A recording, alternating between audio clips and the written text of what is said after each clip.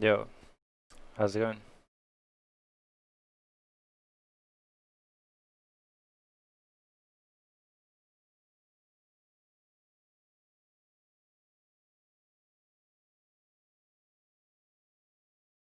Yo, how's it going? Distorted kick, ancient paradox.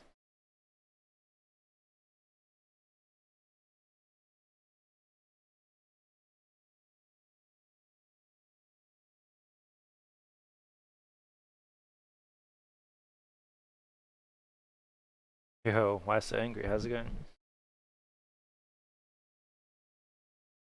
It seems you missed one stream. I mean, all the streams are on YouTube. Yeah, just a disclaimer once again. This is sponsored by Autodesk. Yo, Calop K. God, your name is so hard to read. Thanks for the 2 months. I appreciate it, man. Calop, that's probably the easiest. Have I looked into USD yet?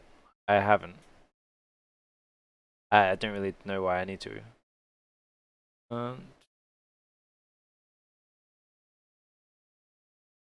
are you gonna do Fall Guys later? Maybe.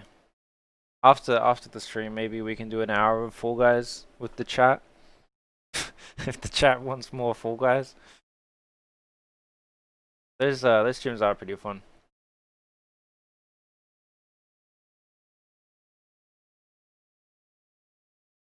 Yeah, what did we do last stream? I think last stream we just spent time like filling holes, like this sort of stuff. I think that's kind of the stage right at the moment where we're kind of like we have all the main shapes here. We're just kind of like filling the gaps and making things look nice now. You just got the game a few hours ago? Sick.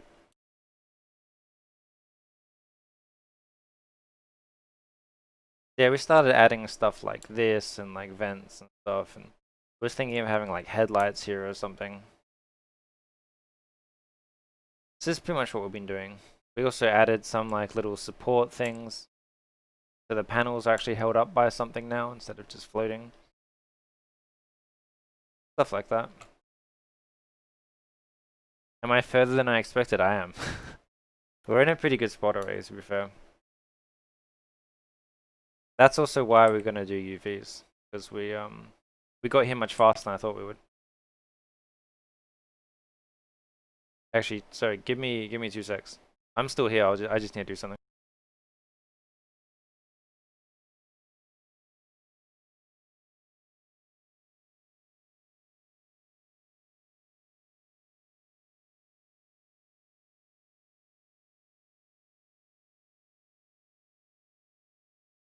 I was just making sure we didn't have any random backward background stuff screwing us up again like last time.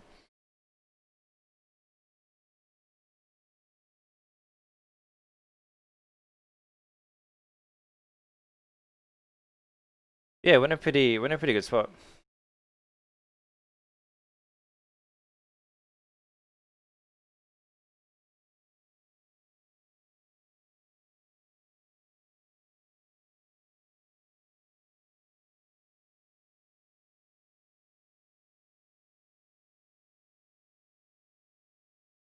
So I was thinking like, so usually the way I do the streams is every Saturday and Wednesday. But Saturday we usually have triple the viewers of Wednesday. So I was thinking for this one, the last stream would fall on a Wednesday. But I think for my last stream on this, I'll probably push that to Saturday as well. Just so it means more viewers can be here for like the last, like finished stream. I am way fast and efficient. Nah, I'm just lazy.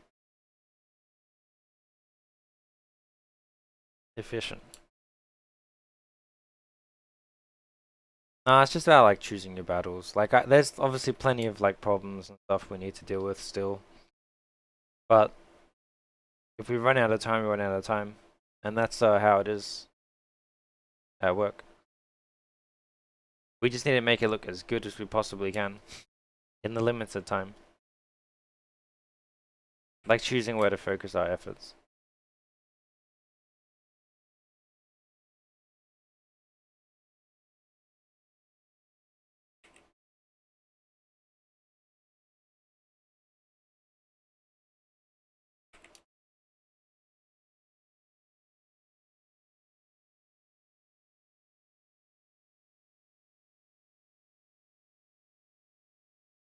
I don't like how this curves into that, but it's so subtle, no one will probably notice it. Yo, how's it going? How am I doing? We're doing pretty good. How are you? How's your weekend so far? What's much this week?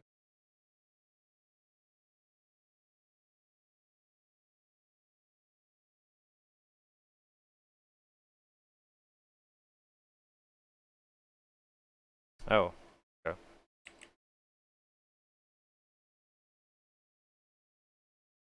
HZD. What's HZD?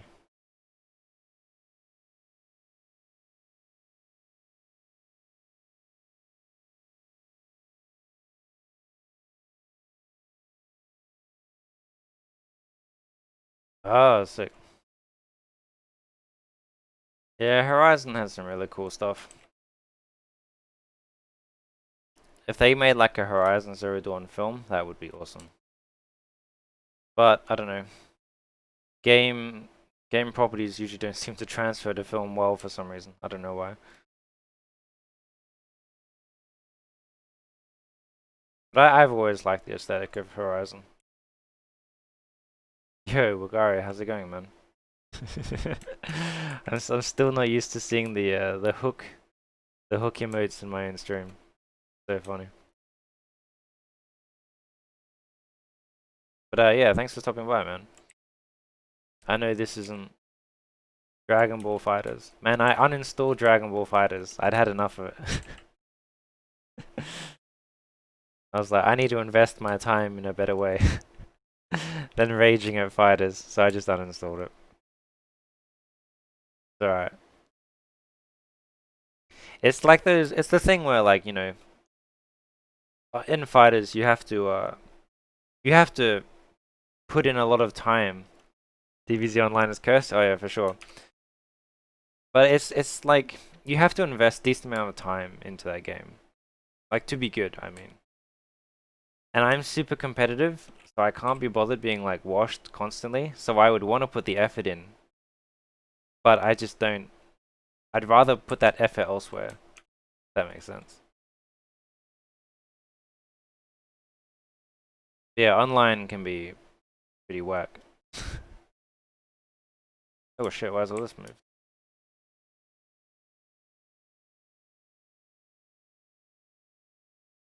Rather put it into Fall Guys. I mean, that's one of the things I like about Fall Guys. Like, it doesn't matter if you win or lose. You just hop on, fuck around in that game for a bit. I should probably stop swearing so much. But yeah, you can just muck around in that game, and then you're all good.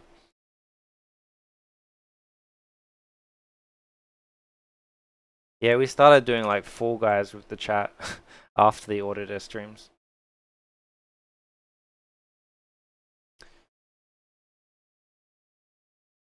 Yeah, so like at this stage, all I really do, because I know most of the stuff is kind of done. I just kind of glance over the ship. Anything that catches my eye that is bad or wrong, I'll go fix. So that's kind of the stage we're at the moment of just making adjustments, closing holes, stuff like that. Yeah, this back section is kind of bad.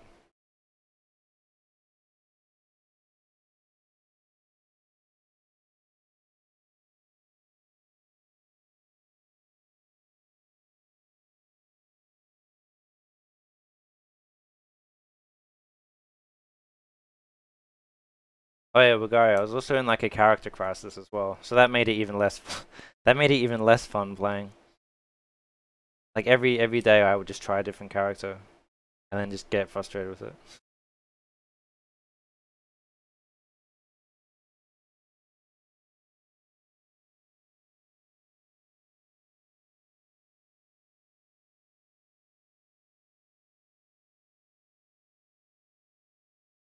Yo, I didn't get some water. I'll be back in 2 secs.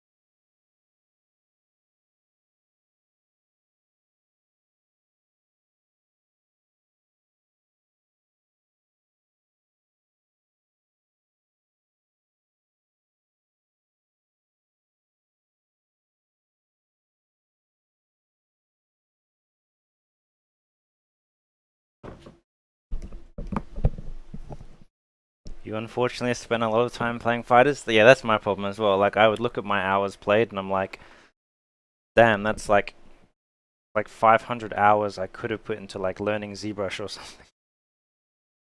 Hi Andrew, I was wondering how often ILM or modelers are talking to Autodesk about new modeling features. I don't know. I don't think I've never spoken to Autodesk in that regard. Aren't you guys upset? Not really.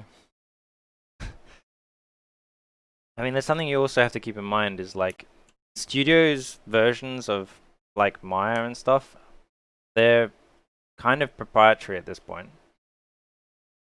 Like, cause all studios have so many like built-in tools for their own studios. So studios, we always have a lot of custom stuff at work.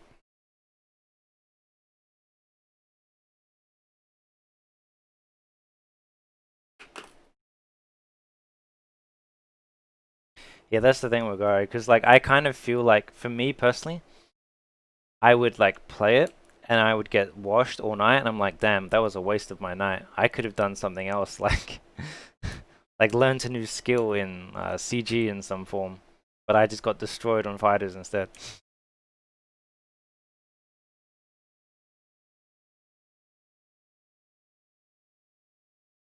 And I would do things like I would learn like adult Gohan loops, and then just drop adult Gohan. I'm like, why did I waste all that time learning this stuff with this character?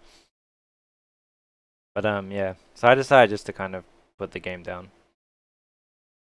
Let's see. Yo, Hugo, how's it going, man? You finally have a house? Awesome, man. Congrats.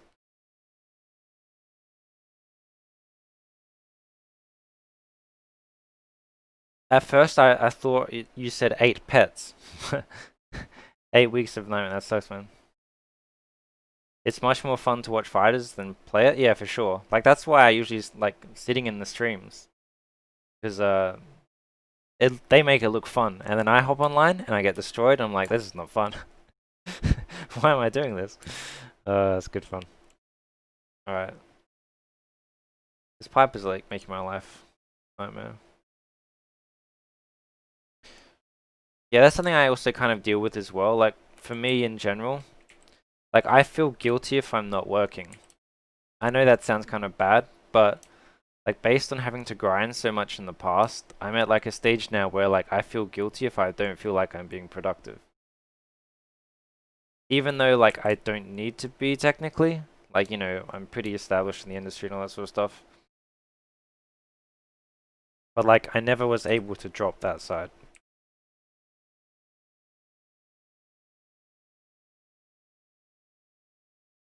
Yeah, at the moment I'm just dealing with like fixing penetrations and stuff like that.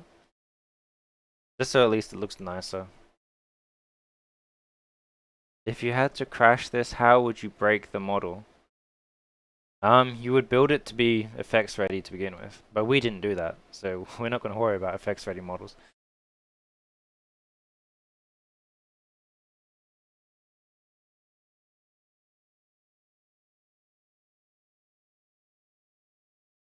What I do is give myself dedicated to do nothing days so I don't feel guilty. That's a good idea.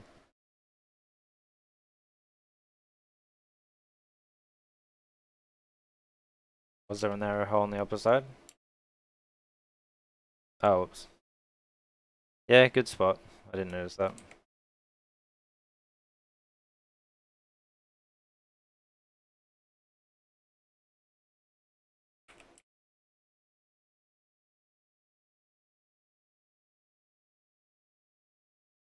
You didn't see it connect. That's fine.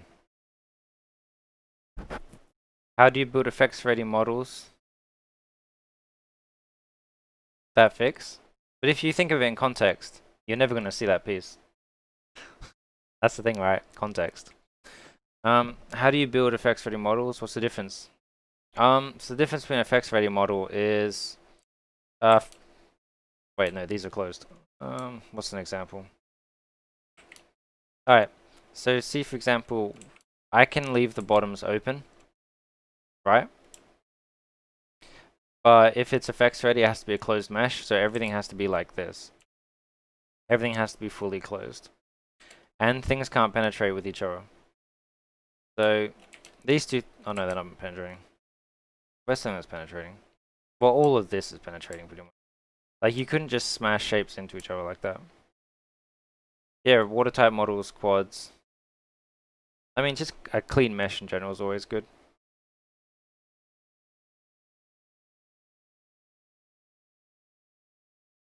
Oh yeah, a text error, and that's just B. Thanks for the follow.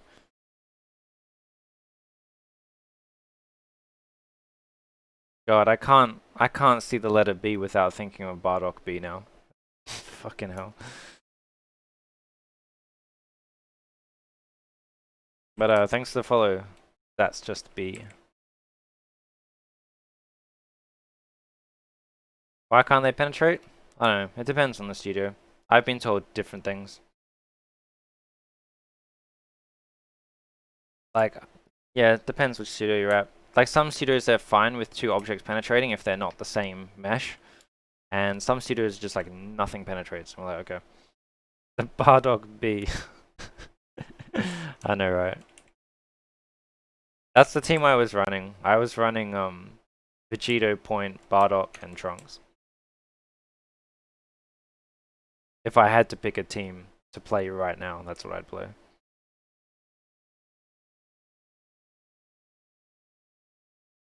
Yeah, we needed to fix this. This is pretty bad.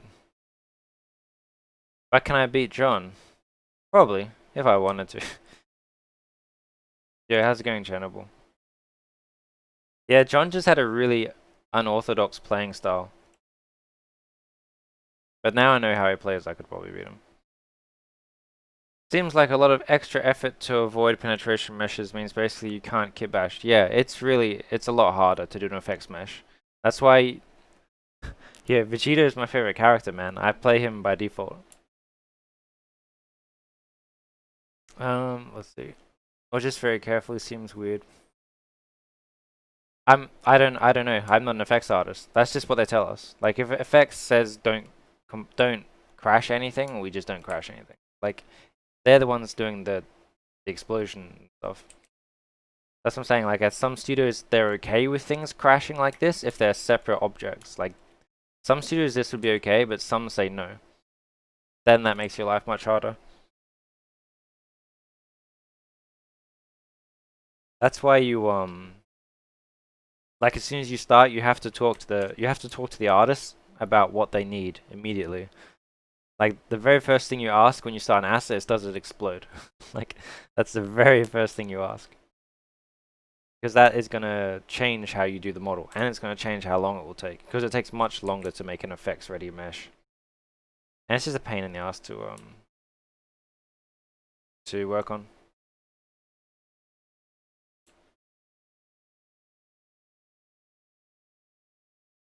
Yep. I'll be back in 2 seconds.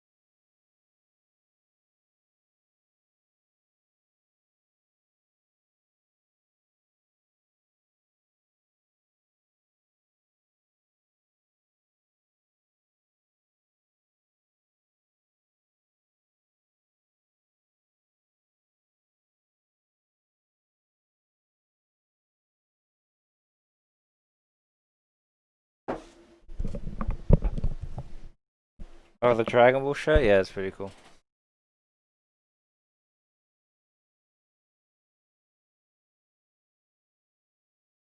And a month later, 90% is done. The supervisor will go to you and say, by the way, the ship will explode now. That's actually pretty normal, man.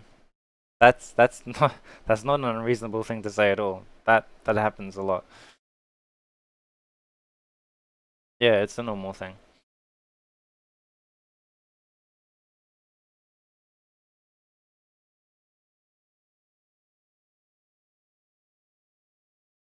Yeah, I'm not an effects artist, so I can't. Yeah, man, if you want to work in the industry, that's something you have to get used to. The fact that you can almost be finished and then suddenly something comes in and throws a spanner in the middle of everything. Like that's work. Just how it is. Might offset this a little bit.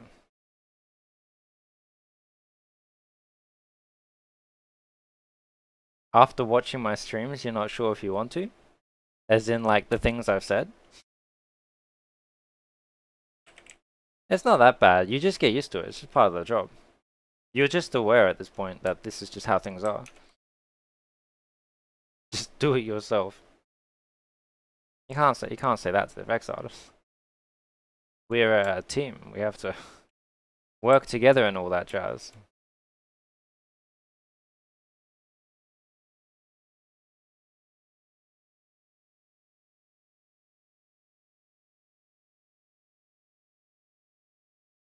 Maybe we should do some UVing. Oh, Mac.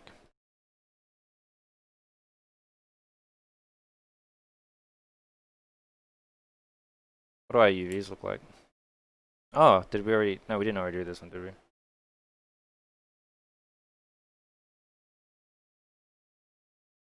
Gonna flip that around.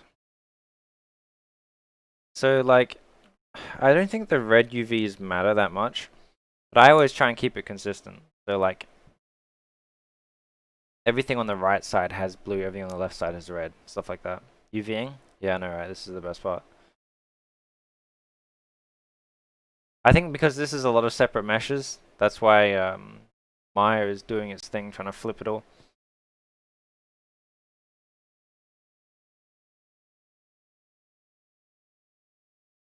Yeah, we've already got 60 people here. That's pretty cool. How's everyone's weekend going? I popped out of it. So these chunks, right? I already UV'd them. Oh, that's why I have shading turned off. But everything's kind of running in different directions with stuff like like greebles and stuff. I don't think it matters too much. Like with these, obviously everything flows the same way. But with this sort of stuff, since it's already kind of packed pretty nicely, I usually just do it by eye.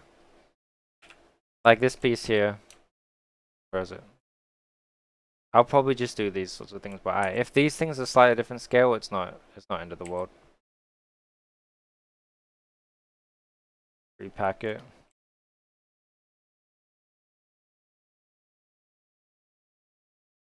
Not perfect, but it's close enough.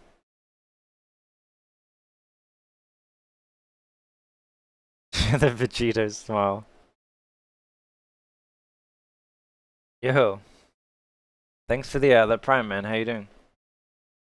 We're doing UVs? Yeah, we're doing some UVs. I know a lot of people don't like UVs. I don't know why. I think UVs are like relaxing. But we have to do it at some point. So you better accept it. This is just something that has to happen.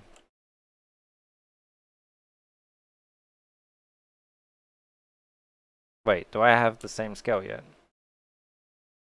I get the scale. Oh, it is 40. Alright, so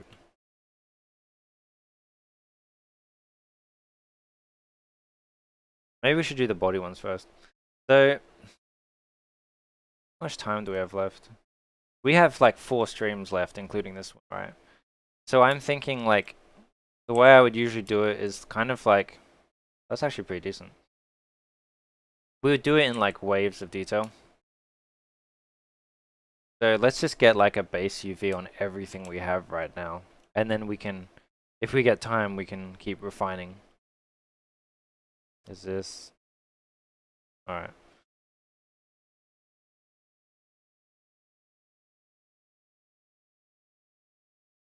Stuff that's under like overhang like this is not usually that bad if we just like add a seam in the middle. I mean, you could have split this into separate objects, but it'll survive.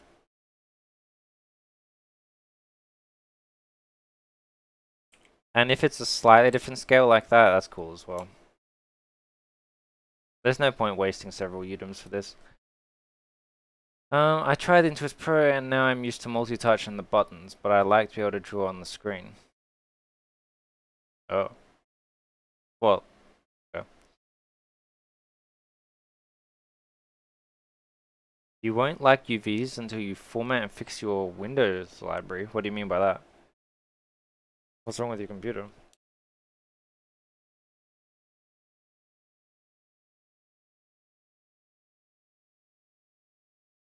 Yeah. And we also start deleting things we can't see.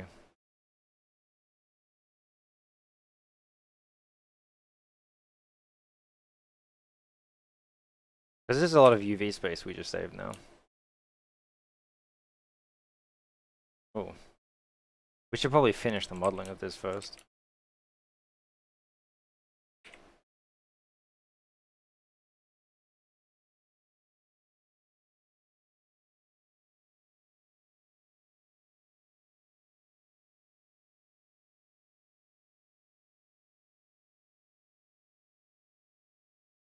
Really? Man, that's... Alright, well I understand why you don't like it then. That's kind of bad. You kind of... You kind of need to fix that.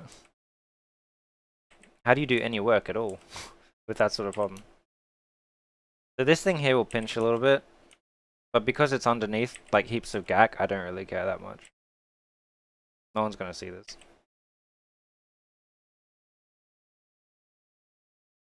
With a lot of patience, man. Inefficient. I mean, like, to be fair, like when you're at work, you won't have a machine that will explode when you do UVs. That's a concern.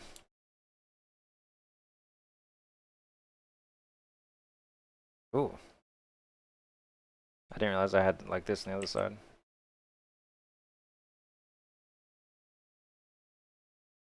Do I even need that? I do need that.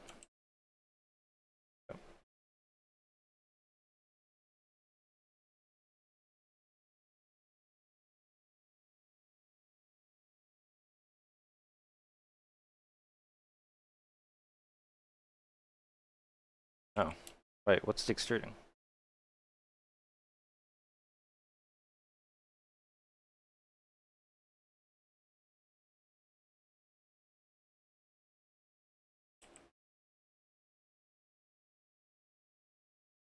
Damn it.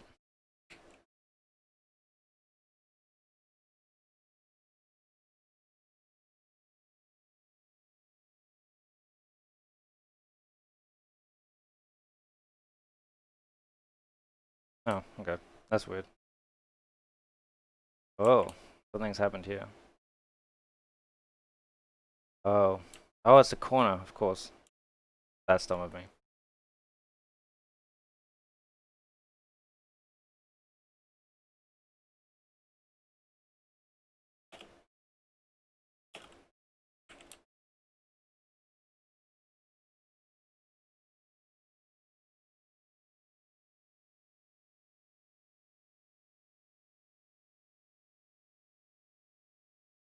It's unusable? I'm not surprised, man. I think Unreal is pretty demanding of your computer, right? I mean, it is a game engine. Yeah, it's funny, like, you know how we're trying to decide what we should do on stream? I decided to just forget Unreal, and we're doing Blender now. Oh shit, I didn't fix that. Bad.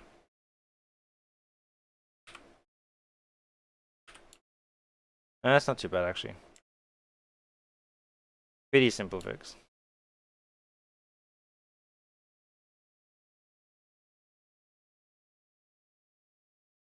The problem is the issue. What does that mean?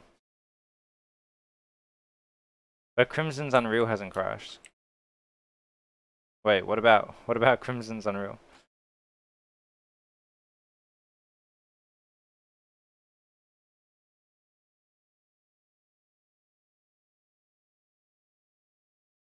Do you use the headers UV layout or I do not. I just use the UV editor in Maya. The latest UV editor is pretty good. Like I know headers is also good, but yeah, I just use UV layout. I mean, I just use the Maya one. It's funny, the headers actually like the UV layout is made in Perth, like the city I come from. I was like, what the fuck?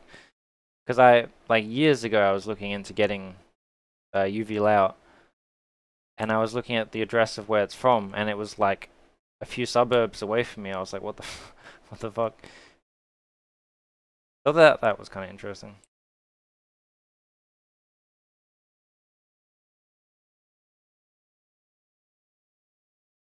Probably the worst way to do some triple edging, I just realized, but whatever.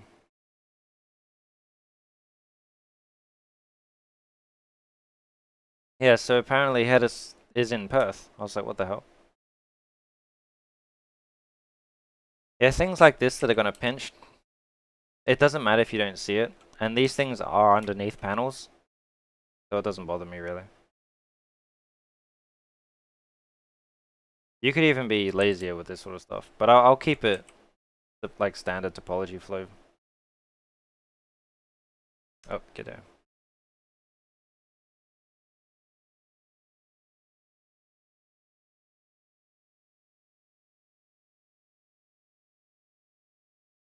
Yo, Lucas, how's it going, man? Pretty good, how are you?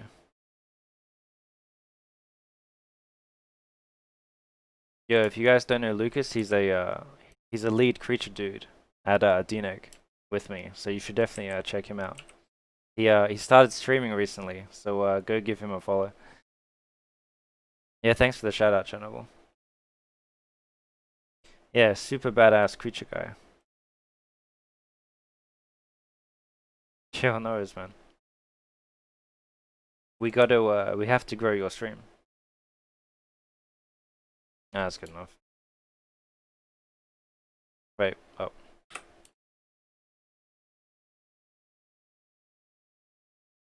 Creature dude, yeah, he's a creature guy. So if you have ZBrush questions, ask him, don't ask me. I don't know ZBrush at all.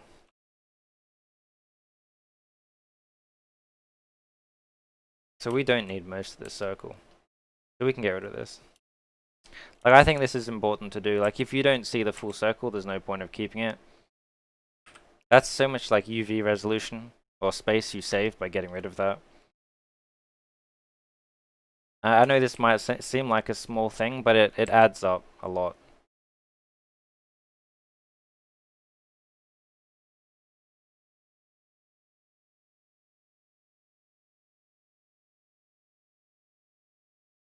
You want the trick to massive views? Anime waifus. That's true, man.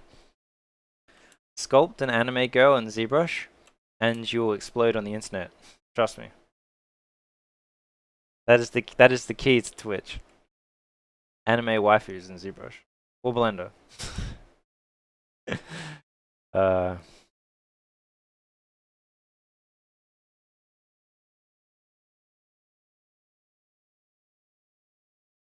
what do you mean? You can put something in here though.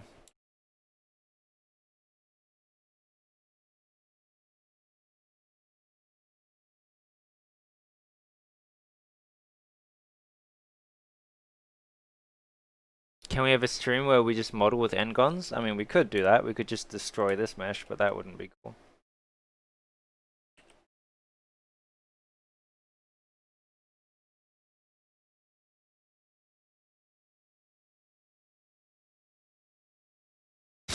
Jesus. God, the chat.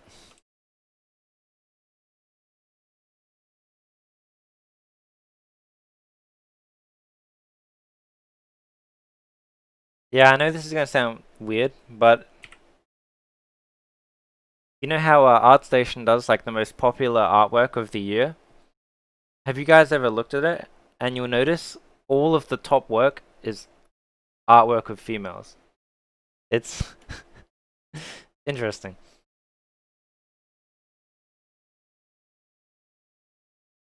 Not female artists, but you know, artwork of like women with swords and stuff like that. I don't know why, but that is the mad popular thing.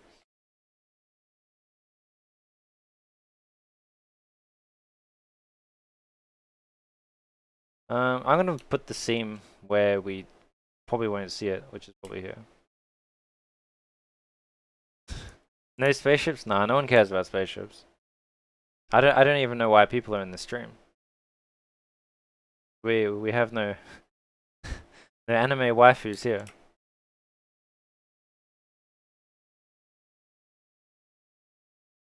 What is that? Oh. Actually, that's probably a decent seam. Actually, I don't know why I did this. I just realized this is gonna be too big for the shell anyway, so we need to cut it. Actually, it's not that. Well, it's a bit squashed though.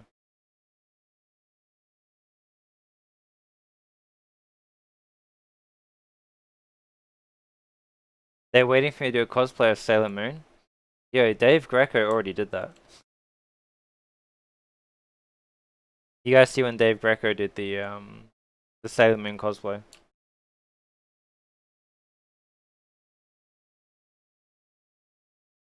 I'll skip down a little bit.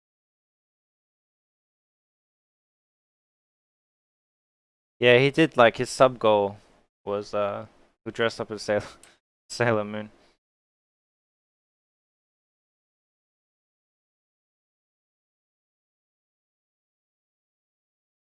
How's it weird? I don't think it's weird. I think it's interesting. And that's just yeah. Oh shit. Wait, what is this panel then? Oh, grabbing the wrong side. This is probably fine. Whatever.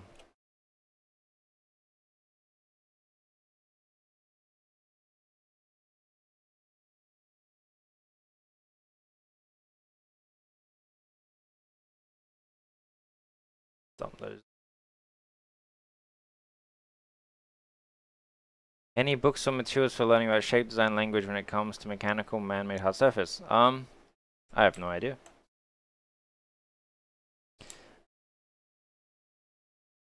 Yeah, a lot of the stuff I just kind of look online for like reference and stuff like that. I didn't do any I don't have any books on like mechanical design or anything like that.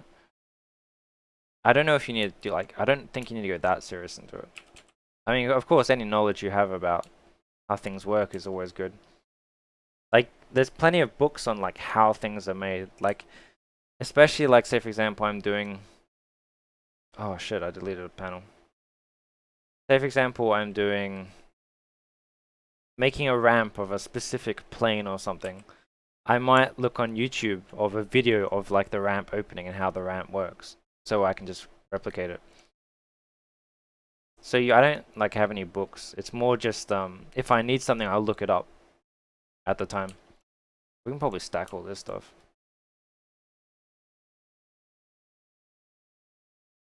These ones as well.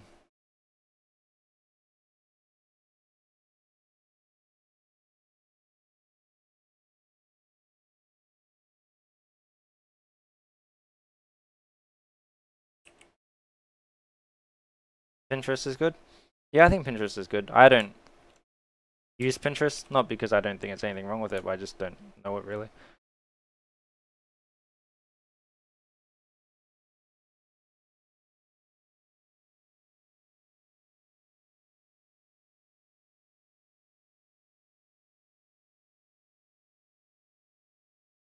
You went to your local library and looked up books on industrial and product design. It was quite neat. That's cool, man. That's a good idea.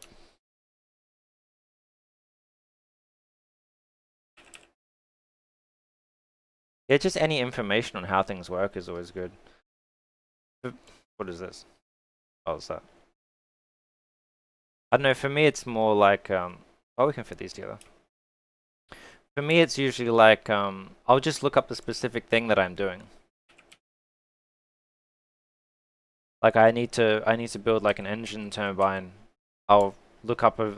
Usually, I like seeing like YouTube videos where you can actually see things move. That's the way I prefer looking at stuff. I mean, everyone's different, but I like looking at like YouTube videos and stuff like that. Scott Robertson. Oh yeah, I've got one of them actually. His one on how to draw, pretty cool. Yeah, I got Scott Robertson book. Which one is it? But I can't draw to save my life.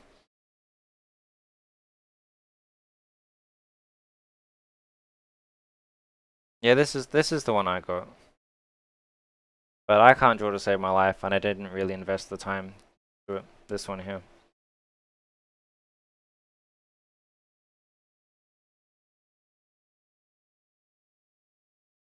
Yeah, Scott Robertson did a video which was really cool on inspiration. So if you look up like Scott Robertson inspiration on YouTube, you might be able to find it. And it's like an hour-long talk about how he comes up with different like design languages and stuff like that, which is super cool.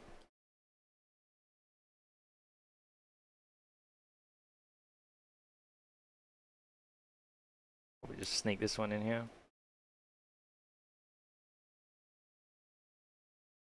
Now I'll just scale it down a little bit. You're a Scott Robertson fanboy? I think a lot of people are. I mean, his stuff is amazing. There's no doubt about that. Modify guys.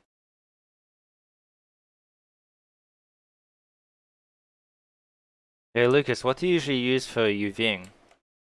Do you use UV layout or do you stay in Maya? Oh, wrong one. I guess because it's bent. You're gonna help us. Oh yeah, even at work?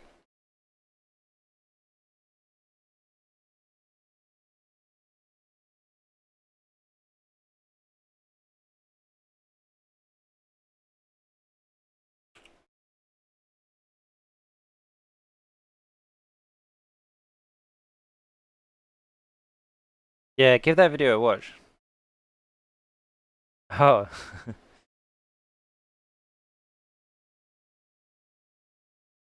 I said the B word.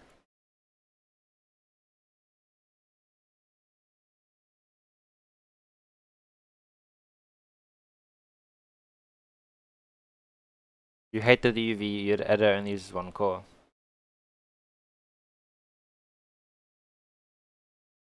Yeah, that doesn't look good. Stretchy. I might leave it actually. For now, it'll be fine.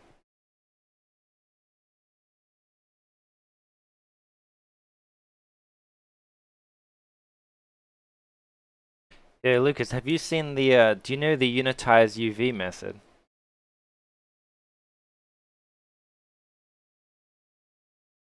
For things like piping and stuff like that. And cylinders. Unitize UV, I'll show you man. This thing is amazing. So say for example we have this pipe here, right? Alright, I'll duplicate this one before I break it. Say we have this, right? And then we just fuck the UVs up. Cool. What you can do is if you have like if you have something that is like a cylinder, right? You can grab all the faces, go here to modify unitize, and it puts every single face to one full utim. Then you go to edge mode, select all of them, and then deselect where you want your seam to be, right? And then you move and sew, and it will pop that into a grid, like that. And then you can grab the grid. Oh, come back here. You can grab the grid and then just unfold in one direction. And then you have your perfectly straight UVs that like flow around corners. I mean, of course, if you have a scale difference like that, that's a problem. That's where you just split it. Yeah, man, this is how I UV pipes. This stuff is amazing. Of course, you have something like this, you just have to split it and then change the scale. Yeah, man, I use unitize for everything. Like even like around panels. Like say for example, I don't know, where's a curved panel? Like if I wanted this edge straight. Oh, these ones already kind of done. But I would just do the same thing there, which is super cool. Yeah, so any pipe you have, you can use it. Or any form of cylinder. So if we have like Actually, I guess this is just redoing what I already did. But yeah, if you have this sort of thing, it only doesn't work if you have. It has to be in. It has to go into a grid. That's the thing, right? And it can't include the cap. So I'll show you. So say we have something like, I don't know, kind of terrible, but we have something like this, right? You have to take the caps off first. So that's usually what I do is just automatic, get the caps off, get that out of the way, and then just do it with these things. Like, it does seem like a lot of steps, but when you get used to it, it does end up going pretty quick. And then, okay, if it collapses like that, you went the wrong way. You just unfold the other way instead. So then you got these. And then, yeah, now you have your UVs that will run up and down. Of course, like if it dramatically changes like this, it causes problems. But for most things, it's pretty good.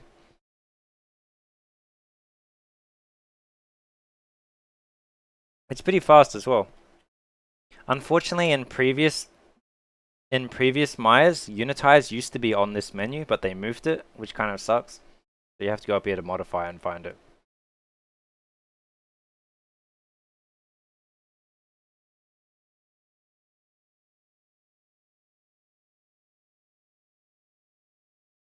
How do you apply and keep the favorite? I have no idea what that what that is. But yeah, my lead back at MPC had to UV like hundreds of pipes, and that was the method he created or figured out to do many pipes.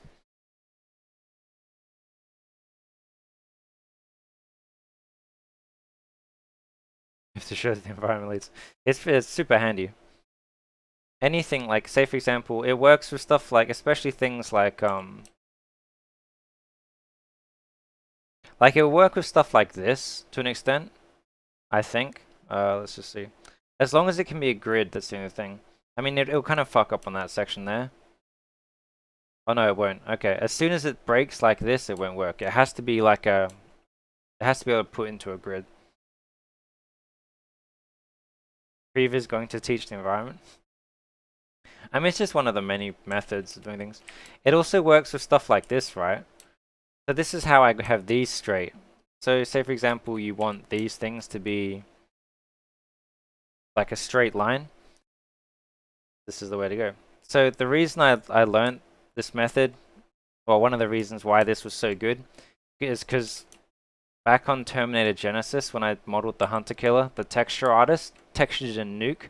So everything was procedural. This is before like Substance and stuff was big.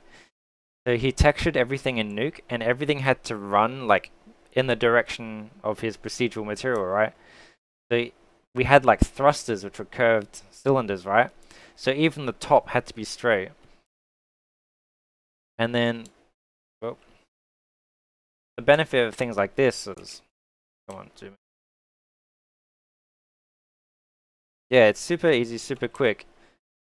And it meant the texture artist at the time, if he wanted to have like, I don't know, dirt or oil going out radially, all he had to do was just draw the line across here and then it would spread out, which was super cool. So this is one of the reasons why I learnt to do the unitized things so much. It's just because it was really good for like procedural texturing.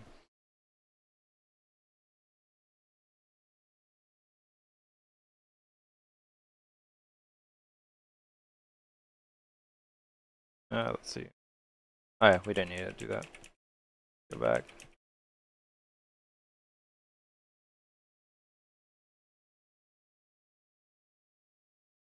Oh yeah, I'm sure there's definitely plenty of like plugins and stuff that do similar sort of things, but like if you only have access to like default Maya, this is a pretty easy way of doing it. I'll just leave that for now.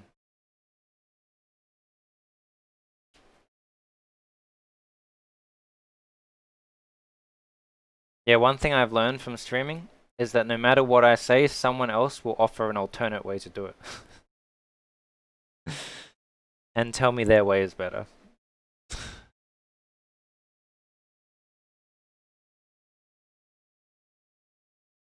Did I select unfold? Oh no, I didn't finish it. It was annoying me. But I'm doing the center group later. So I just got rid of, because the UVs were really gross. So I just quickly auto mapped it.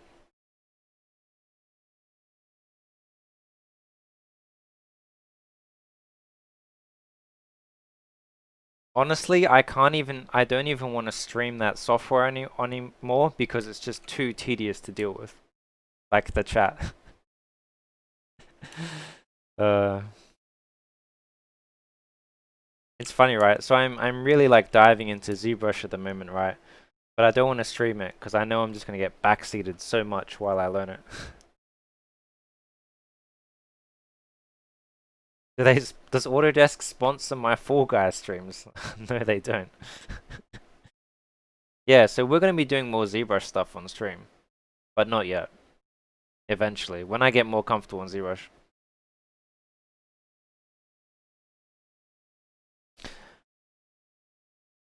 Yeah, that's why the answer to what should we work on was Fall Guys, because we can all enjoy Fall Guys without backseating. I don't get backseated in Fall Guys. That's the only thing that people don't backseat me on. Have I thought about getting into Unreal Engine? Yeah, sure. I was considering it, but then I thought ZBrush was where I should invest my time first. Yo, we've been streaming for an hour, so I'm gonna get up and have like a 1 minute break. So I'll be back in a sec.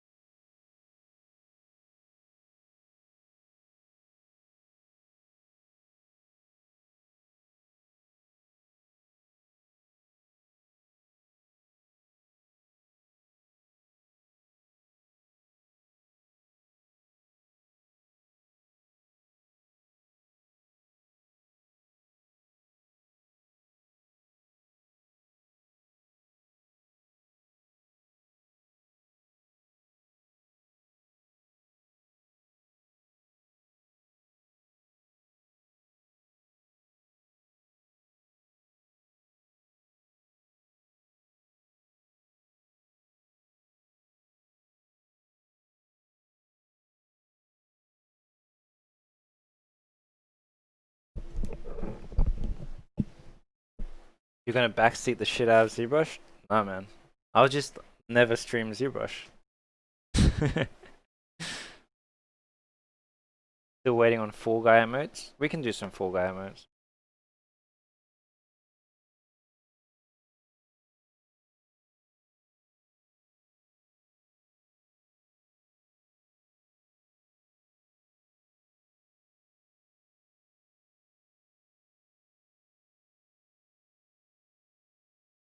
Is it important to have the UV checker the same size for all components? It makes the texture artist's life much easier. Yeah, like it makes everyone's life easier if the UVs run in the same direction and the same scale. Especially if it's the same thing. Like all the panels for sure need to be the same scale and go the same direction. But you might get away with. Sounds pretty big actually. It depends. But yeah, I mean technically you can have different scales. It's just if you're the one texturing it, you're kind of making your life harder. Because you can kind of just apply your procedurals much easier if everything is the same scale. Alright, what are we doing? Mech. My god, there's so much stuff. What is that? Which tutorial am I watching to learn ZBrush? I'm kind of watching a bit of the, oh shit, what did I press? Oh. Of the, Kios Masons one. Pretty cool stuff. What did I do? Right. Yeah, Kios Mason stuff is really cool.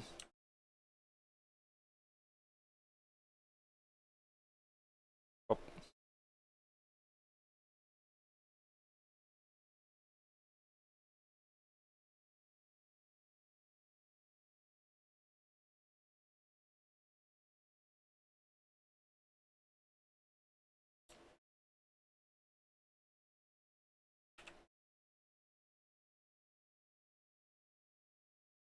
Yeah, that unitized thing is so good for doing like all this radial stuff. It plays it really nice. How do you find this tutorials? Would you recommend it for a beginner? Well, I'm a beginner ZBrush user, so I'm finding it okay. I don't necessarily think it's a beginner tutorial though. I think it's more of how to do his techniques, which is more what I'm interested in.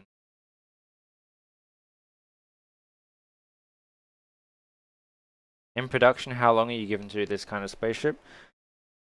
Um, Probably a month or two. But that's a month or two of 8-hour days.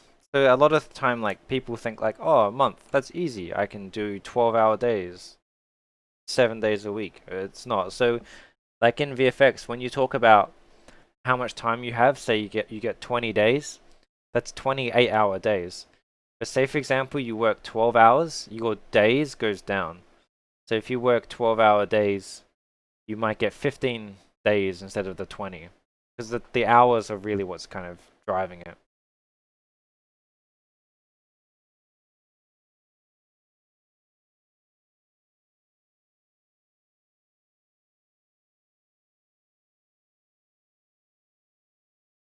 How do you pack the UVs and keep the same textile density? Um, they took them out for the big stuff or the small stuff?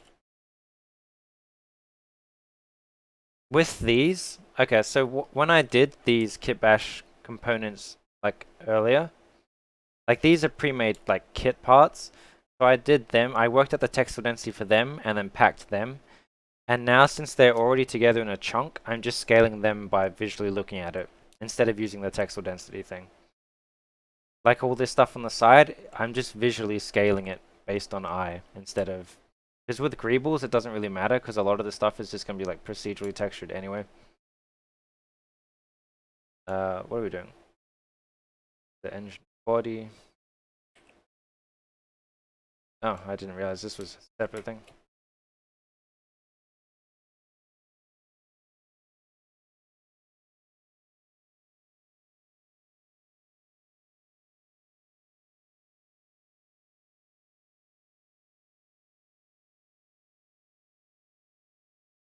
Yeah, the get and set thing. That's what I mean, like... But like what he's talking about, right, is say for example I grabbed this whole thing and then ran the textile density thing on this. Each individual shell will shrink instead of them shrinking as a group. I'm sure there must be a way around that, but that's what he's talking about. So because I already kind of laid out, well, they were nice before I fucked them up. Because I already kind of laid them out in a nice way, I'm just visually scaling it by eye. But when it comes to things I'm doing now, like the panels and stuff, these ones I'm using the get and set to quite a lot.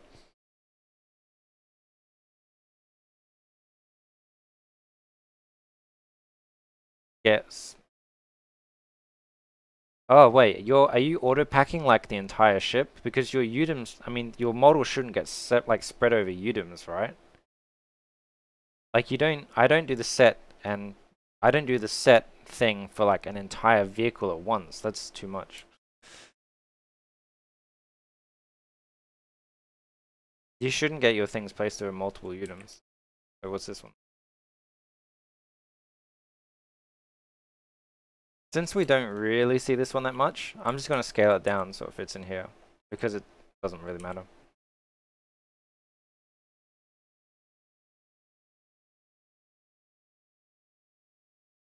And if you have big panels, text density 40, and then tiny models with 40, it's going to be way too small. Why?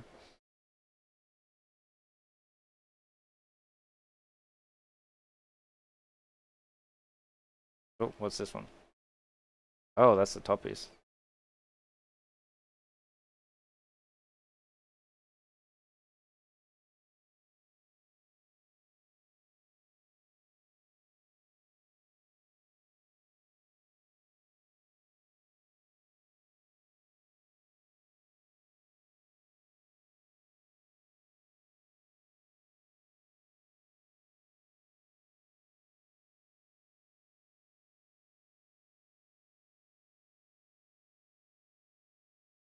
Are you saying these are going to be too small to be textured?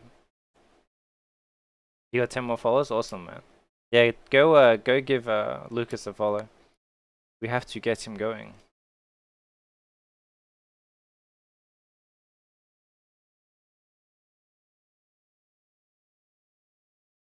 Who's Lucas? Lucas is a lead creature dude at no, I keep saying dude. He's a lead creature artist at DNEG with me. Creature dude. He did a lot of the kaiju stuff for Pac Rim too. So if you like creatures, go follow him. Don't hassle me. I can't do creatures. Creature dude.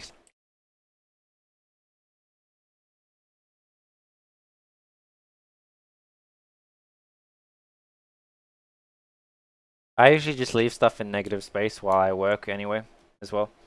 So say for example, while I'm laying out leave UVs here, I usually just leave stuff around the corners. Thrusters, alright.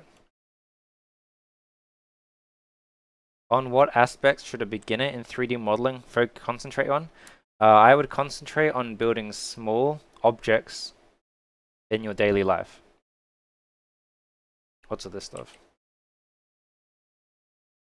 So yeah, focus on building something small really good. Don't bother doing like spaceships and stuff like that. Oh, so I have notifications turned off, so I can't see. Keyboard Oreos, Berkeley, and the SA10. Thanks for the follow. Donut. No, don't do a donut. Make a small bras. Now focus on doing like. This is not the best. Whatever, it'll be fine. Yeah, focus on doing small objects around you that you can physically go and see. Like I don't know, make your headphones or make a control, Xbox controller or something. Don't don't think I'm gonna make the craziest spaceship or transformer from the start, because then you're just gonna have a bad time.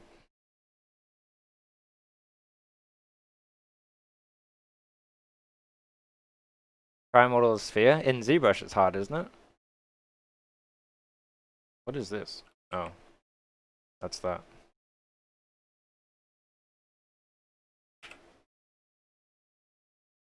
Yeah, I would focus on modeling something really like small, and focus on the quality. Like, don't you want something that you can make in a few days?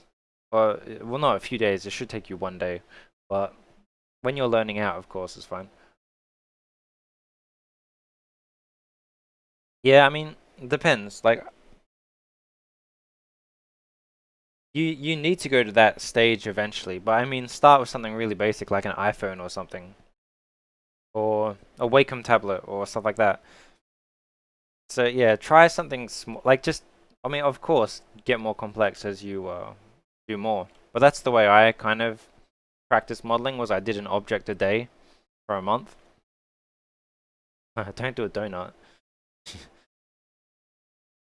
Donut's not going to teach you modeling.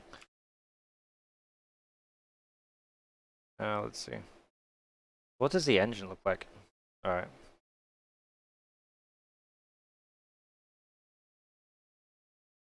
Yo, how's it going? You're saying you should model your bank account. Jesus Christ. Let's see. Oh, main.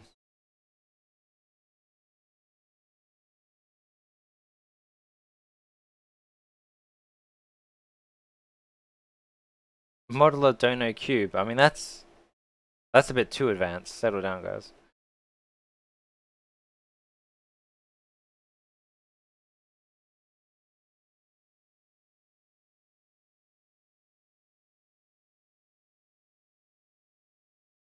Oh, that was that. Okay. I was wondering why this was so destroyed. But yeah, so since we only have like 4 streams left, I feel at this point it's best to try and finish what we have. Because I feel, oh shit.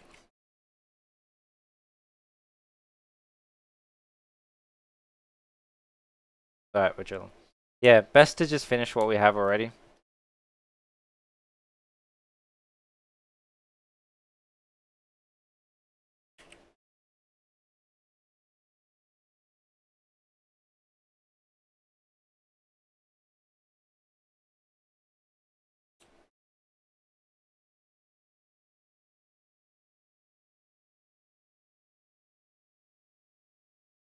Let's see, what's this? We're doing the mech stuff at the moment. Yeah, for all this stuff, since we don't really see it that much, I'm just gonna do this one by eye. Actually, this one's not too bad.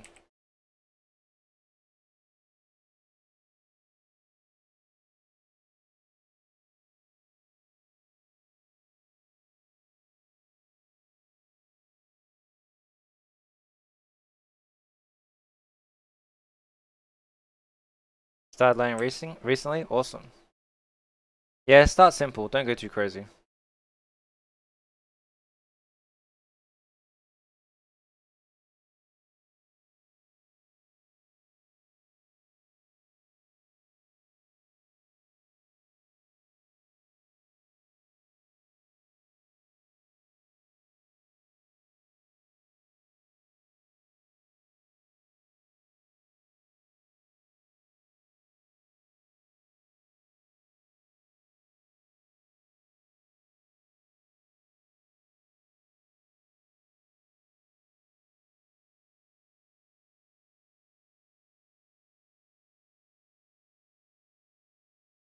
What does a junior modeler do in a company like ILM?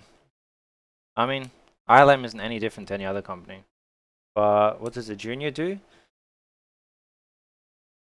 Depends. When you first start as like a junior, you usually do a lot of pipeline stuff like cleaning, like ingesting models and like stuff like that just to learn how to work in a pipeline.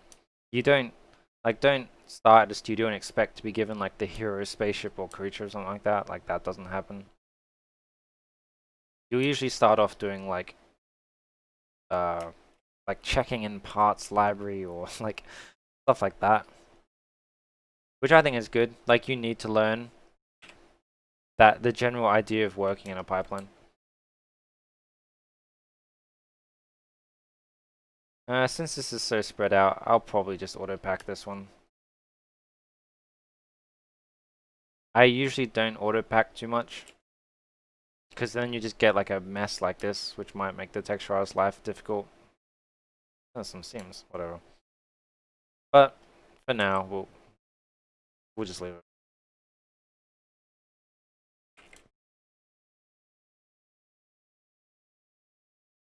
What is this? Oh,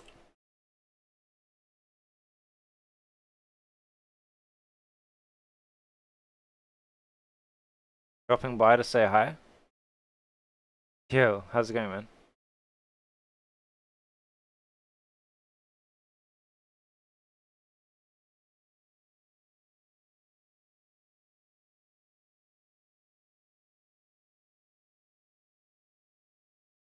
How's it going, man?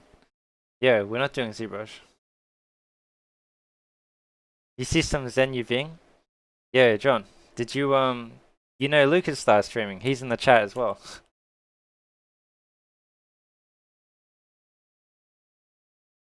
So we have 2 DNEG people in the chat now.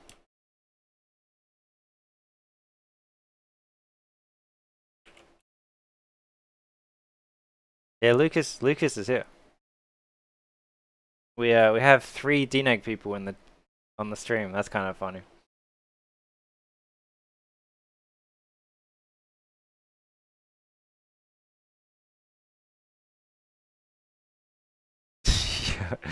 Man, everyone loves your voice, man. So good. Yeah, we're just doing some UVing. Yo, John, is this your first time on the Autodesk streams?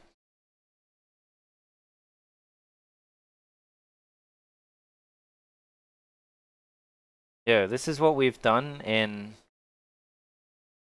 how many streams? This is the seventh. So in the 6 streams, 3 hours, 18 hours. So in 18 hours, we've built this spaceship, which is kind of cool.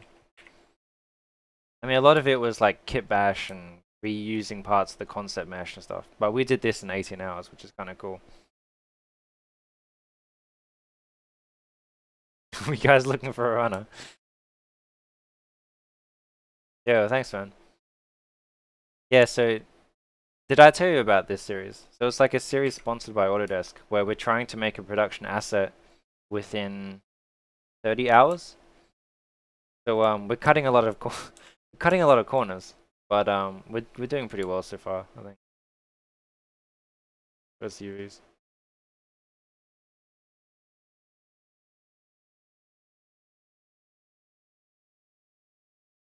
Yeah, so John is also a creature dude. So Lucas and John are the two to ask ZBrush questions to, not me. I only do spaceships and stuff.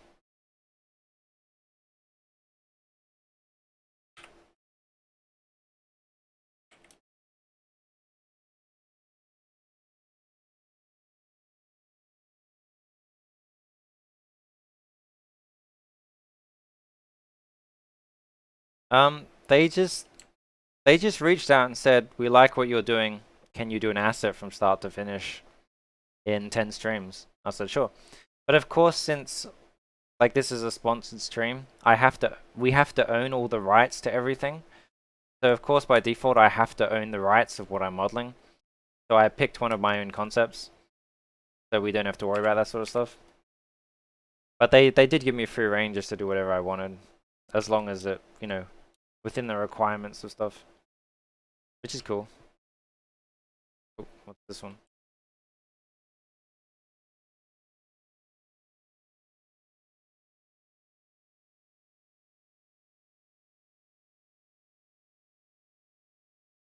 Yeah, John, have I ever shown you the unitized UV method?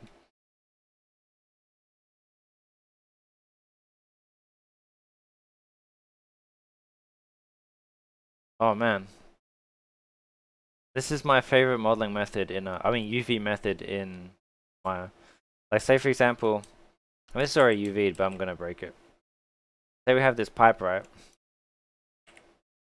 And we have bad UVs.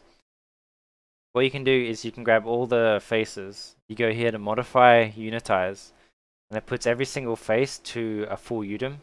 Then you go to edge mode, and then deselect where you want your seam to be, and then you just move and sew, and it pops the whole pipe into a grid. And then when you have this, all you need to do is wait, where's it gone? All you need to do is unfold this in one direction, and then there you go. You have your UVs that will flow around the pipe. Of course, if you have like scale changes like that, then you just need to cut that here and then have this as its own thing. So this is like a super easy way of doing like piping.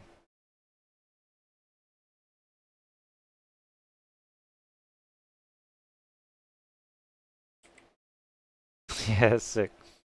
Yeah, if you don't have if you just have like default Maya, that's a pretty easy way of doing like piping and stuff like that. Super cool.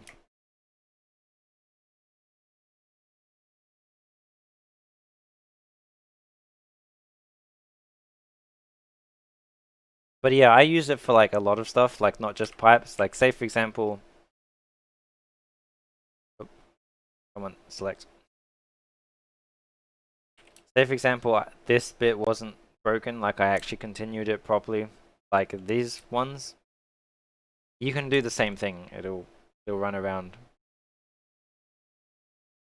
Headers UV layout is a separate program. It's a UV program. I used to use it like back in the day, but like the current UV tools are pretty good now.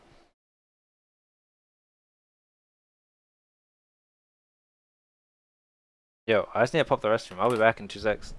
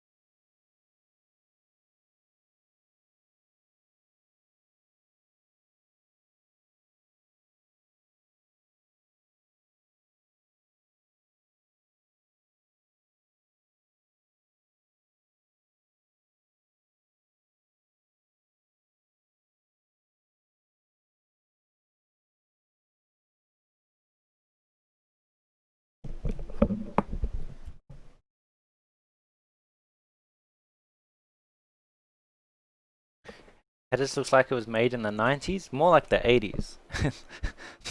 That program looks super ghetto.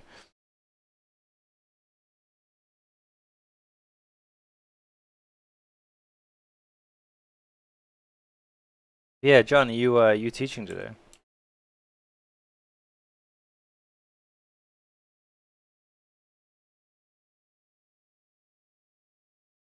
Just finished? Sick. Yeah, for those who weren't here, we actually got John on the stream and we had a chat.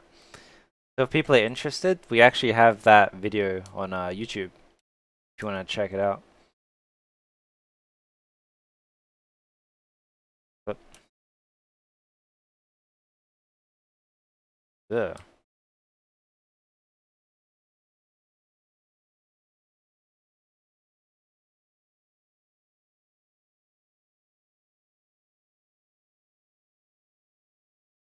Sexy voice, John. Man, everyone knows you for your voice, John. Not your current position at Dino. What is this? Oh, we definitely screwed that piece up.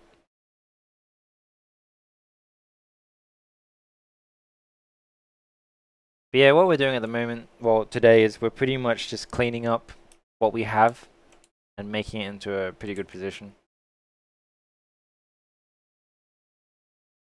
So yeah, like at this sort of stage, as things are starting to kind of wrap up, we kind of do it in waves of detail. So say for example, we do need to wrap this up now. It's in a good spot instead of spending like months just modeling this. Yo, Corvée, how's it going? How often you use kitbash? All the time. Kitbash anything you can. Like we did this entire cockpit interior in like 15-20 minutes because it's all entirely kitbash. Because no one's going to really see the cockpit that much, so we don't need to invest the time in it.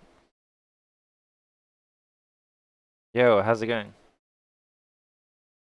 We're doing more UVs today because everyone loves UVs.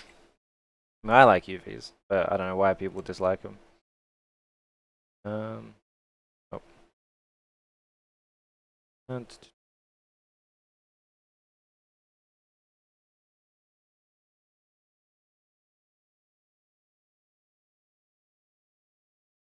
UVs are great. I love UVs. They're super fun.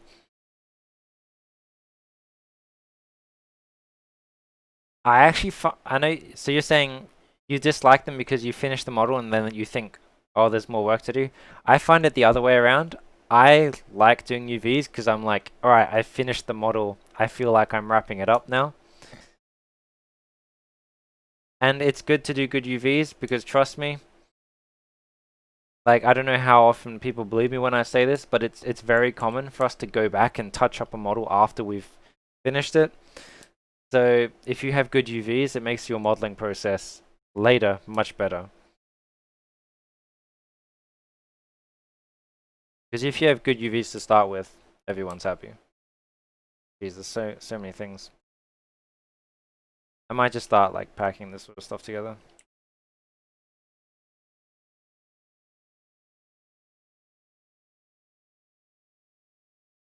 I actually think the better I UV this, the better my asset looks. Oh yeah, for sure, man.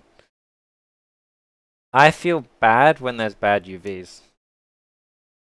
Because, like, there's nothing more frustrating. Well, I mean, there's a lot of frustrating things. But, like, when you're updating someone else's model, and the UVs are done in a way that you can't just, like, duplicate one side and then move the UVs in one direction. Because then you have to try and figure out this puzzle of where the other side UVs were. Like, I like that I can just delete one side and move it. That's how I usually UV. Oh.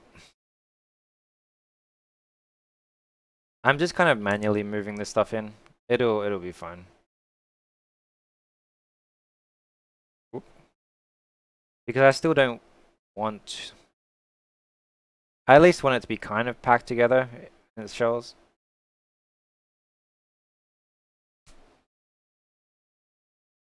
Yeah. I mean, don't get me wrong. There's definitely good artists out there, but it's just yeah. It's much nicer when you kind of set up the UVs.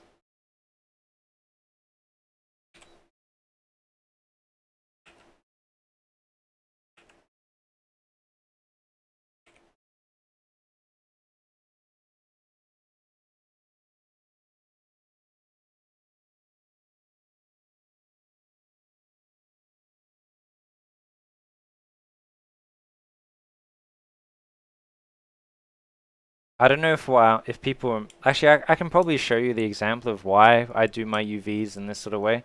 The way I usually do it is so for me, I usually break up into rows based. I mean, this is a complete mess at the moment, but I break up each row into different materials, and I have all of the left side on one row with a gap in between each row.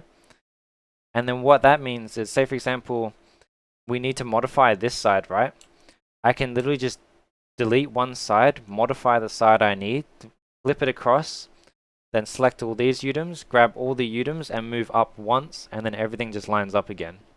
That means I can very easily delete one side and then flip across, and my life is much easier.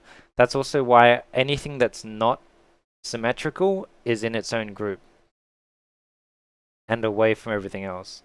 So it's very clear that I can just delete the left and flip across. Use a macro for that? I don't, but sure, people can make one, I guess, if they want. Yeah, I mean, it doesn't take long. All you do is duplicate, flip across, grab all of these, and then press up on the keyboard and just wait for it to pop up.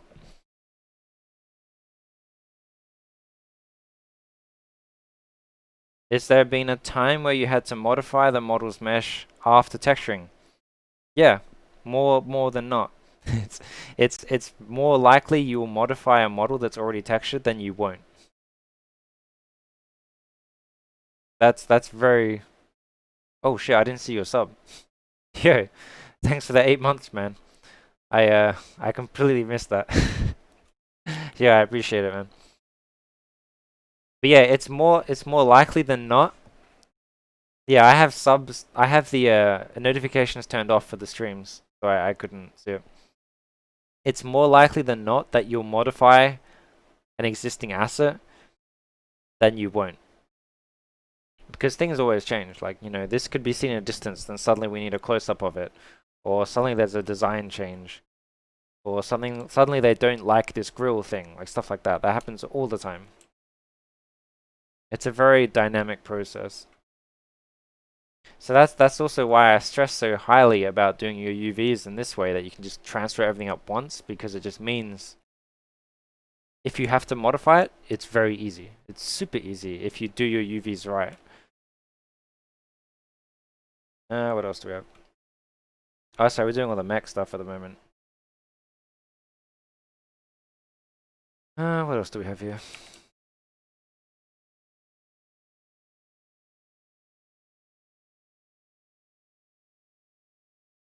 Oh, this stuff's all overlapping now. I'll probably just auto pack this. Dynamic or is it organized chaos? A bit of both. Oh, that's fine, whatever.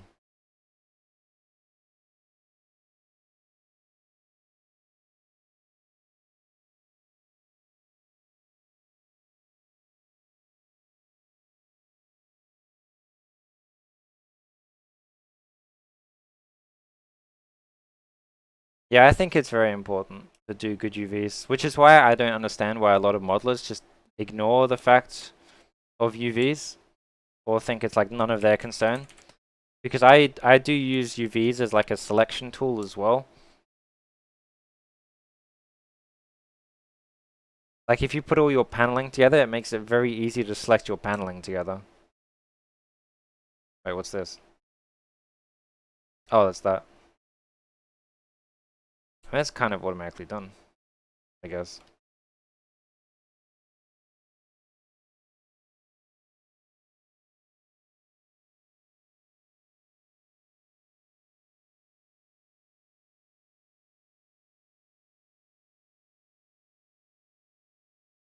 It's just the arrows on your keyboard. Wait, oh, the bottom as well. Yeah, it's just the arrows on your keyboard.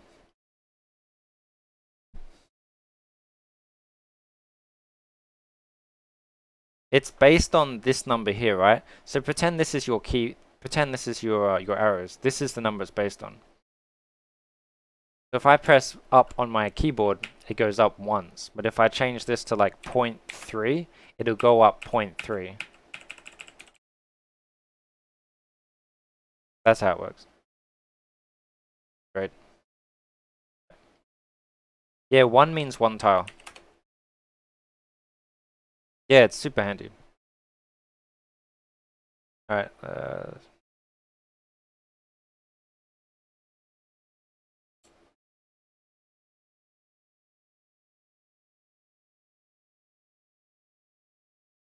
Wait, what was here? I saw.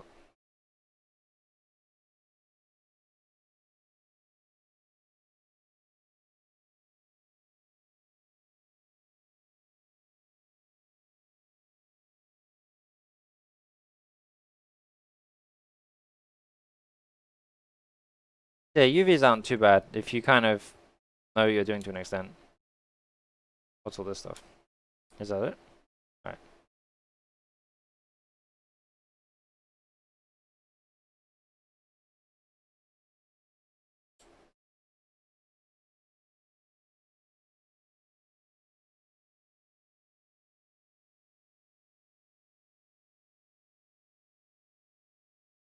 I might just do this actually. Pop that in here. And then, where is this one? There. I might just cheat this one a bit. Scale that down a bit. Like a small scale difference like this for like mech, it won't really matter too much. You use mouse scripts to move? That's pretty intense. You can just press the up and down keys. Yeah, this is usually what I do. Once I get something into a decent spot, well, I'll just line them up and then move them off to the side.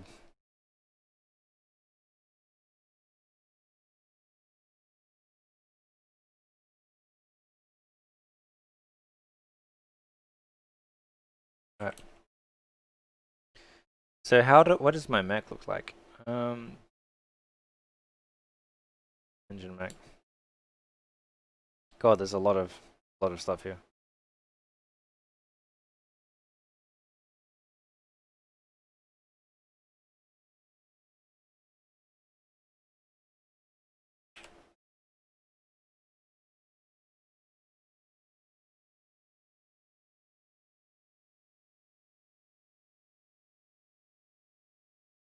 I'm not usually a big fan of this, but whatever.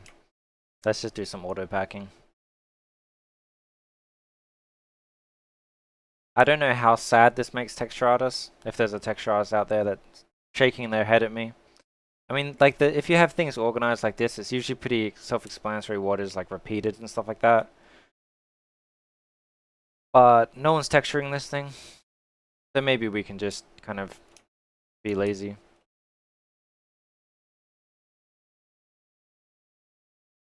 Which place do I enjoy working at most so far? I don't know. Each place has had its own pros and cons. Either NPC or DNEG so far. It's not because of the work, it's because the teams there were really cool. Yeah, this is super packed or whatever, that's cool. It's fine. It'll do. About this one. Tricky question? Yeah. I mean, it's also based on people have different experiences. Like a company that I had a good experience at, someone can have a bad experience and vice versa. It's based entirely on who you have an experience. I mean, what your experience is like in that company. NPC? NPC for me because that's where I started this is what I'm saying. Like NPC is where I started my career. And it's also like because I got given a lot of really good work, that place set my career up. So I mean, I'm not going to slander companies on stream, but I personally had a good experience there. Also because the best team I'd ever worked with was there. Like I learned a lot from the NPC modeling team. They're not there anymore, but when they were probably the strongest team I've ever worked with.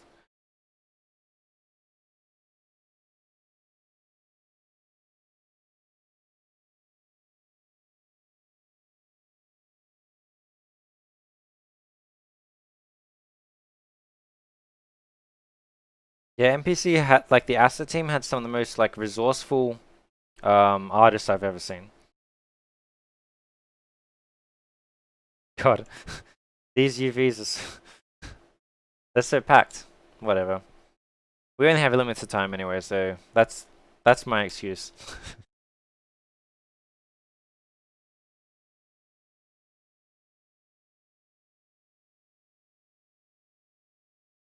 2015 to 2017. I was there from 2013 to 15, I think. The 3D neg people must be pulling their hair out now? What do you mean? Whoa. Oh my god, so much green. Oh. No, this makes me feel bad. We will definitely undo that one. Jesus. I can give a pass for the other ones, but these ones are a bit gross.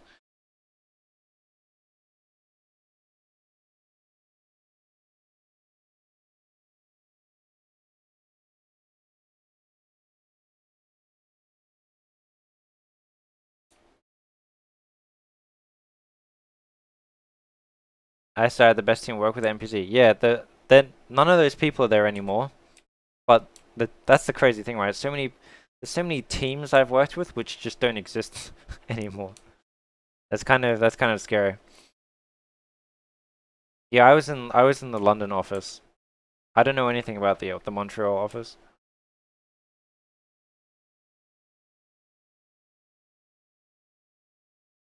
But that's what I'm saying. Like the experiences are all subjective. Like some people have good experience, some people have bad experience.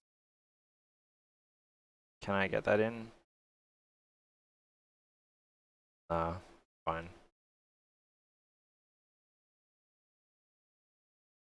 Every issue has a pros cons. How you let those pros conflicts affect your day to day, for sure. Yeah, there's no perfect studio. Don't think that. Like, don't think I'm going to go to ILM and I'm going to be in bliss, surrounded by the best in the industry or some nonsense like that. Like all the studios have their pros and cons.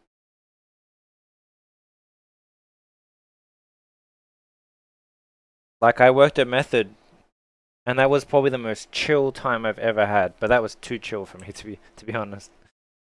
It was too chill.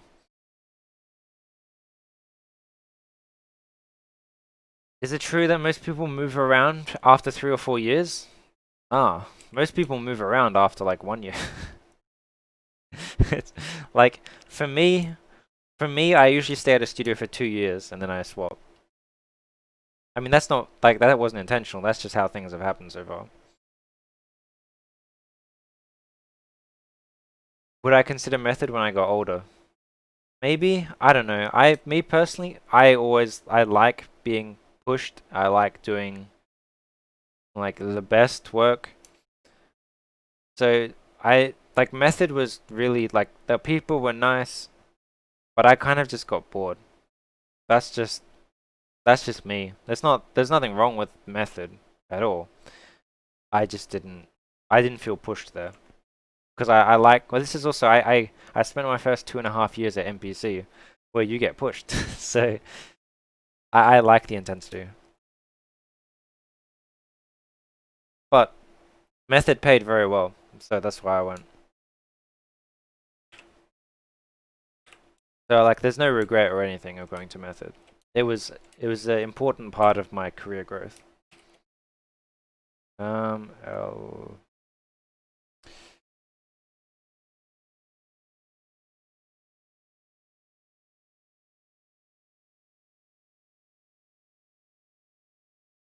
stay out of drama. That's some good advice. That's hard though.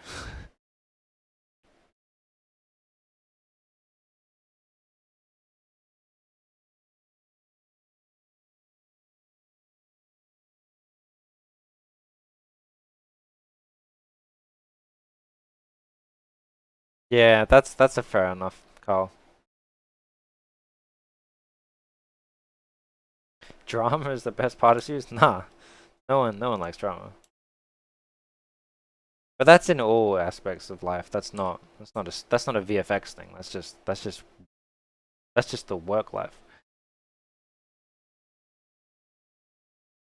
Yo, I'll be back in 2 secs.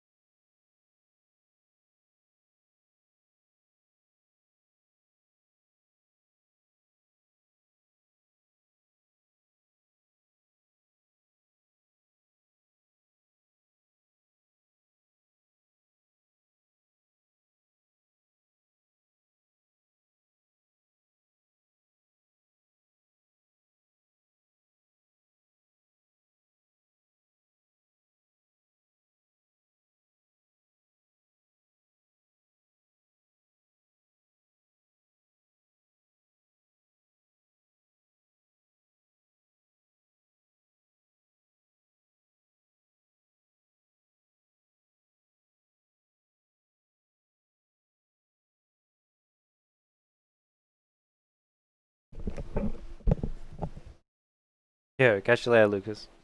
Yeah, don't forget to give Lucas a follow as well. Let's get his Twitch channel rolling.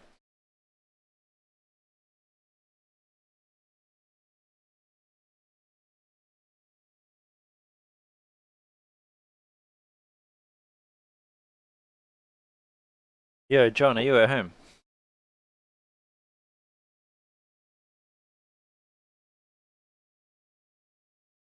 Did you since you were talking so much, did you want to hop in the chat? We could have another discussion if you want. I see you messaging so much in the chat. I just feel like you could probably just say something to them if you wanted. Yeah? Hell yeah, okay, sick. Since we have no music anyway, we can do like a wait, we don't have music, right? We don't. Alright, good. Since we have no music anyway, we can probably do like a quick thing with John, which would be kinda cool. Let you grab your pill.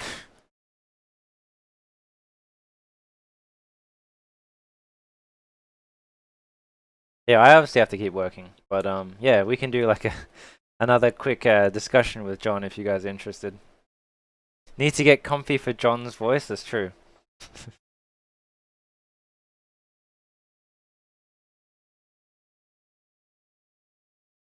Do you 10 minutes? Yeah, no worries, man. You don't. You obviously don't have to do it as well if you don't want to. It's totally up to you. I feel just because you're here, you might just want to talk. Let me put some pants on. Jesus.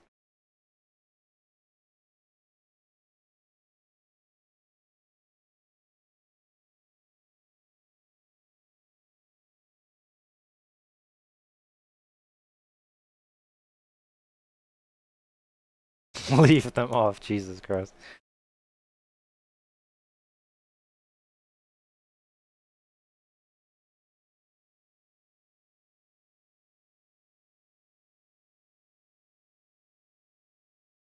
Dailies with John.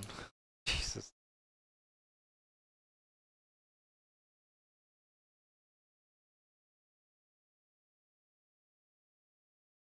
We should just do like a monthly chat with a monthly chat with John. Just turn it into like a regular thing.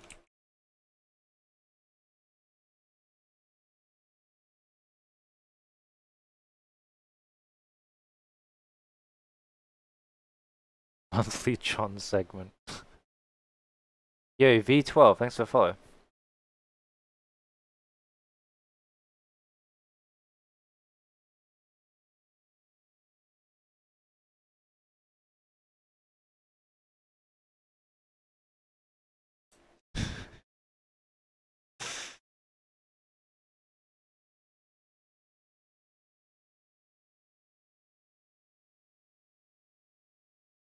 Yeah, Wagari, how's it going, man?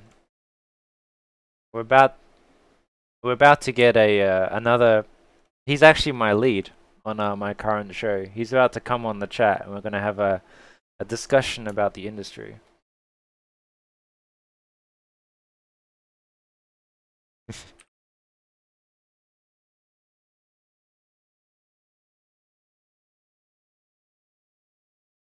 If people had any questions. I can't answer stuff like that.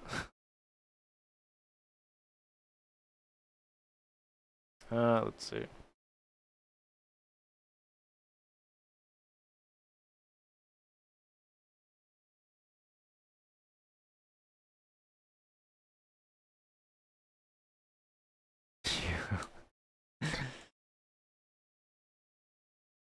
But yeah, he was lead on Dune, lead on Alita. He wasn't lead on. No, he worked on Blade Runner, but he wasn't lead on it. Oh, okay, fair enough. I don't know. That stuff usually has nothing to do with us. I don't. Oh, I closed that hole. All right, now I see why I had that. On modeling, yeah, he's a modeler. Well, he does modeling and texturing. So John is the only artist I know that does model and texture. With some of this be textured in Mari, yes. Everything, almost all stuff is textured in Mari in the film industry. That's why it's kind of concerning when students have this thing where they're just obsessed with just only using substance, because that's not accurate.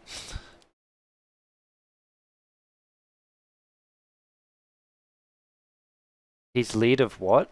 I don't know. He's lead. Like, if you're lead, you usually kind of. It depends. Like, we have leads and soups, so like I don't like he doesn't give me feedback.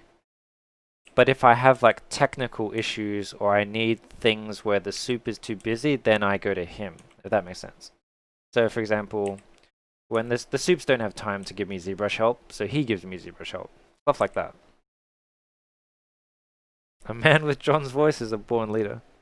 Alright, yeah, give me 2 secs. I'll be back in a sec.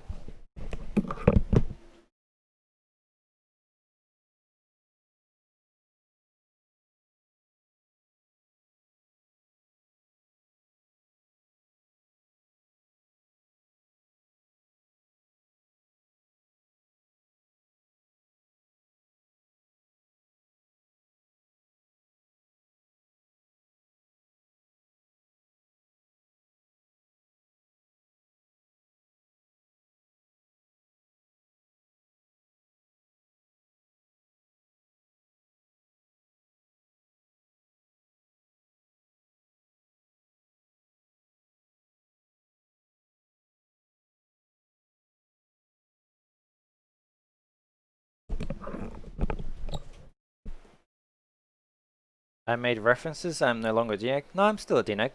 Did I make references like that? Alright. I'll be back in 2 secs. Get this set up.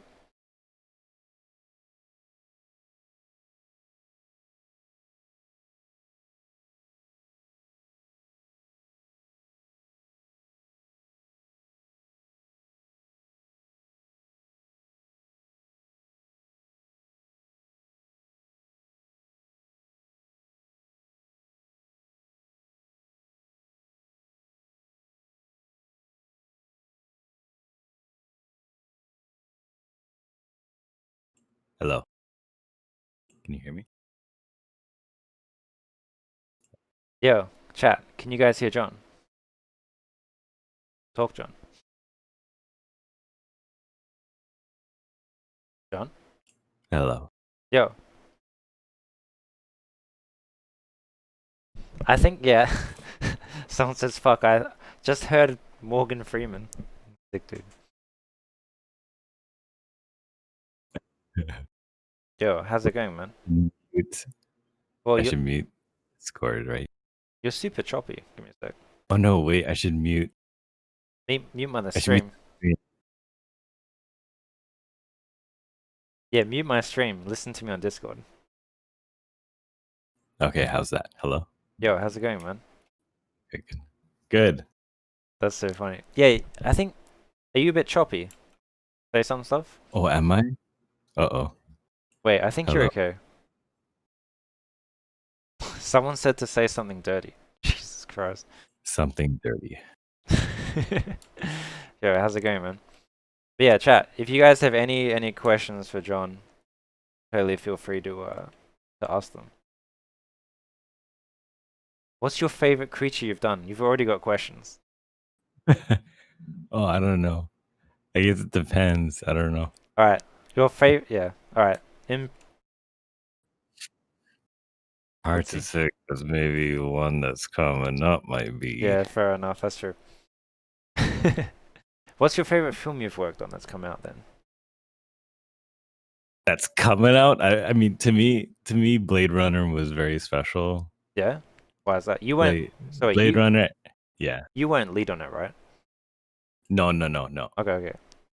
As part of their modeling team, we were primarily taking care of the downtown LA sequences. So we were making like some really cool like brutalist buildings and hard surface assets. It was really cool.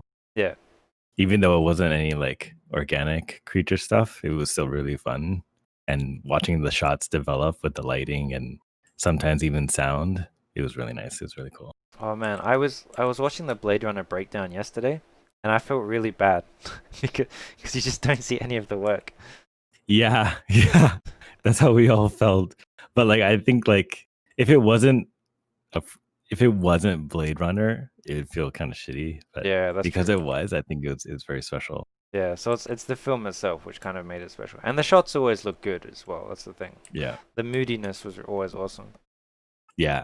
There was one shot that I had of like the LAPD building in Blade Runner where like the spinners are flying towards it. Yeah, And it just says LAPD. That was a really fun building. But it sucks because like they said that it in was the practical. breakdown that Weta made a miniature. Yeah, that it was a practical. I remember Reese messaging me and he's like, "Oh, I feel bad," and I was like, "Oh, it's okay."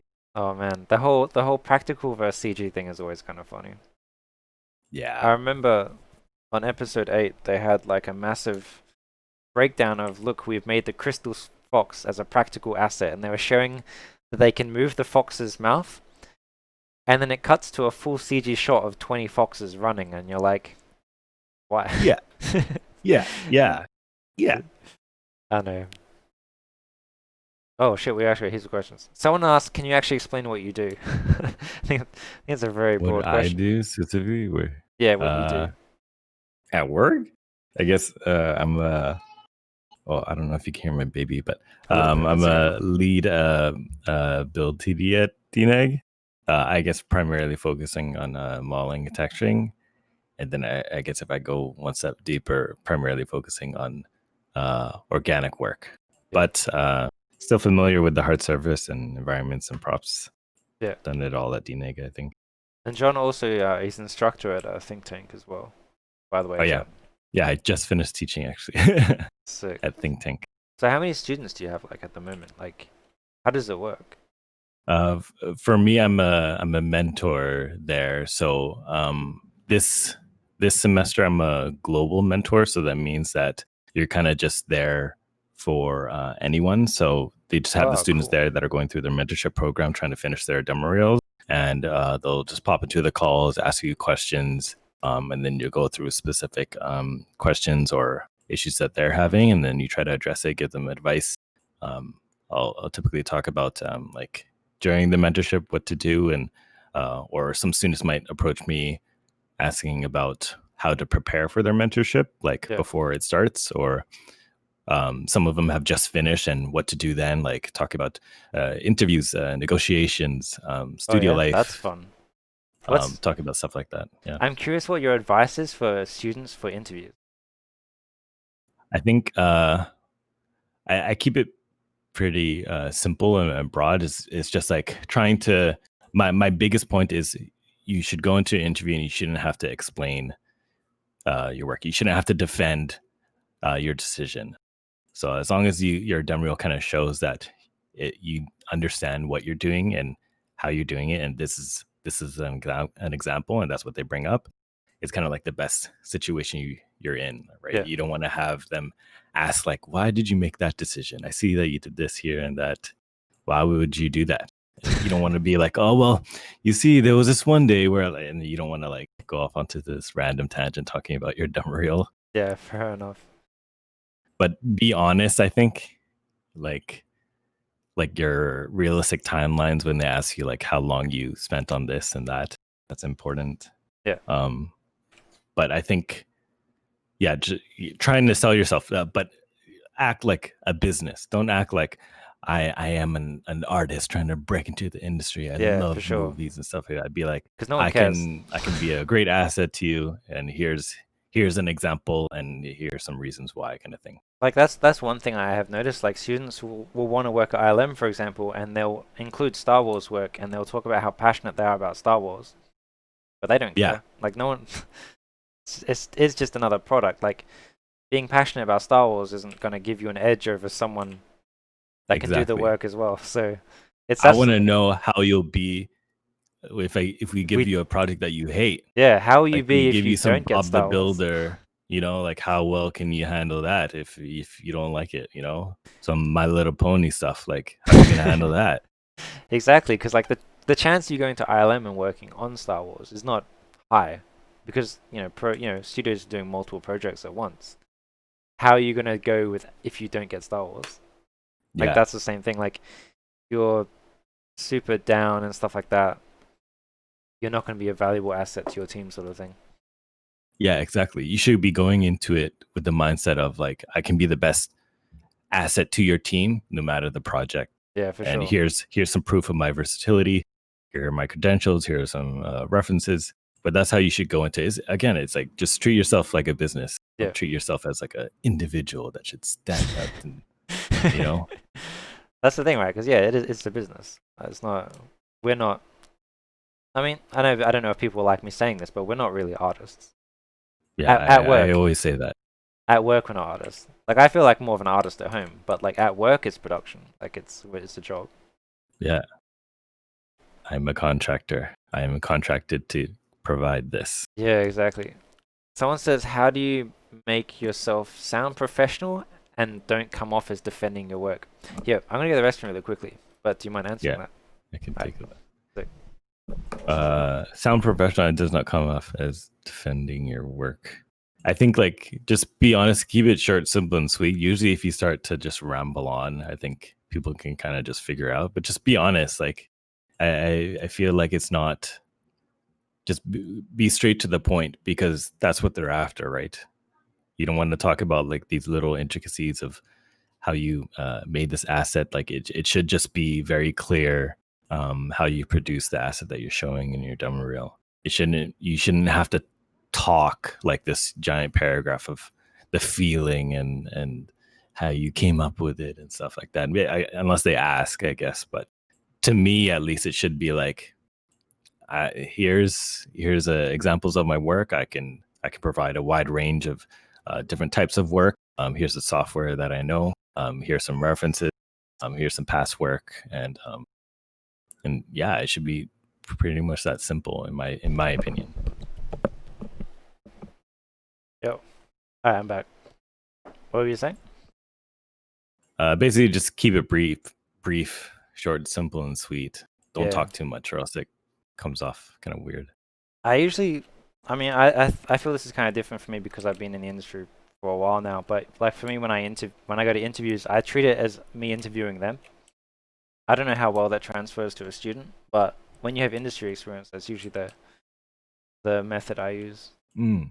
Yeah, I can see that. Yeah, for sure. It's more like, why should I come work for your company?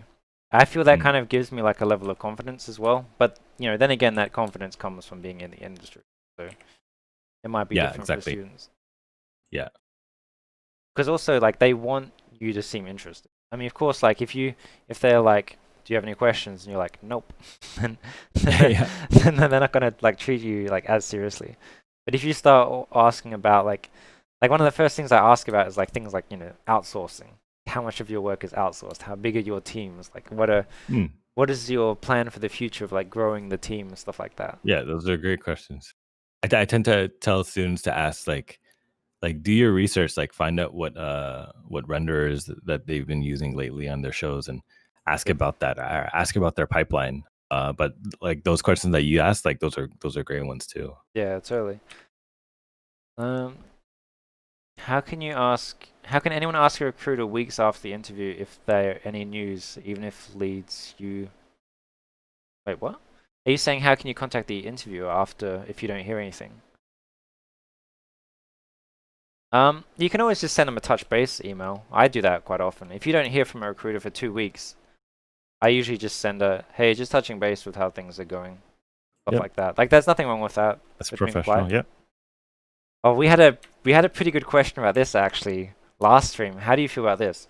So someone asked about sorry, what did I just do then?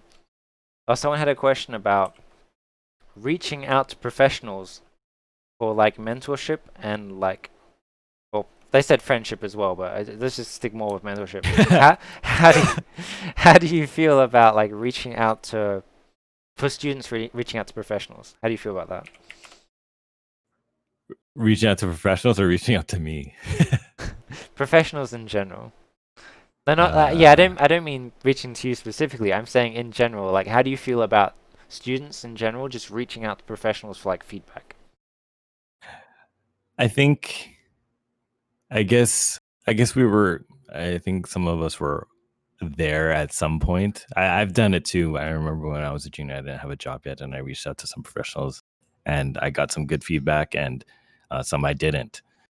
Some were pretty mean, some were pretty nice. But Yeah, the way that I started the industry, I started off as a runner, as an assistant, and I think because of that and because of the way I reached out to the working professionals that I was working with and running coffee for and assisting them, grabbing them a beer or something like that, yeah, that helped me get my first job at that same studio. yeah, for sure. So in my situation, that helped me because it built connections, and connections, having healthy connections are just as important as having good work, in my Yeah, opinion. for sure.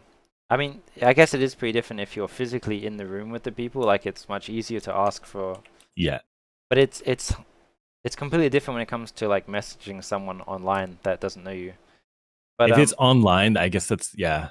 I guess sometimes it's easier to be rude, I guess. yeah, I don't know. For So me, it's a bit weird, I guess. yeah, that's the thing, right? So that's kind of the the takeaway I kind of got from well, this was my opinion on it, I guess. I thought it was okay to reach out to professionals, but you have to completely understand that they have their own life and they don't owe you a single thing, which I feel a lot of students don't realize that or don't consider that if they reach out to a professional, that person doesn't actually owe them their time. Yeah.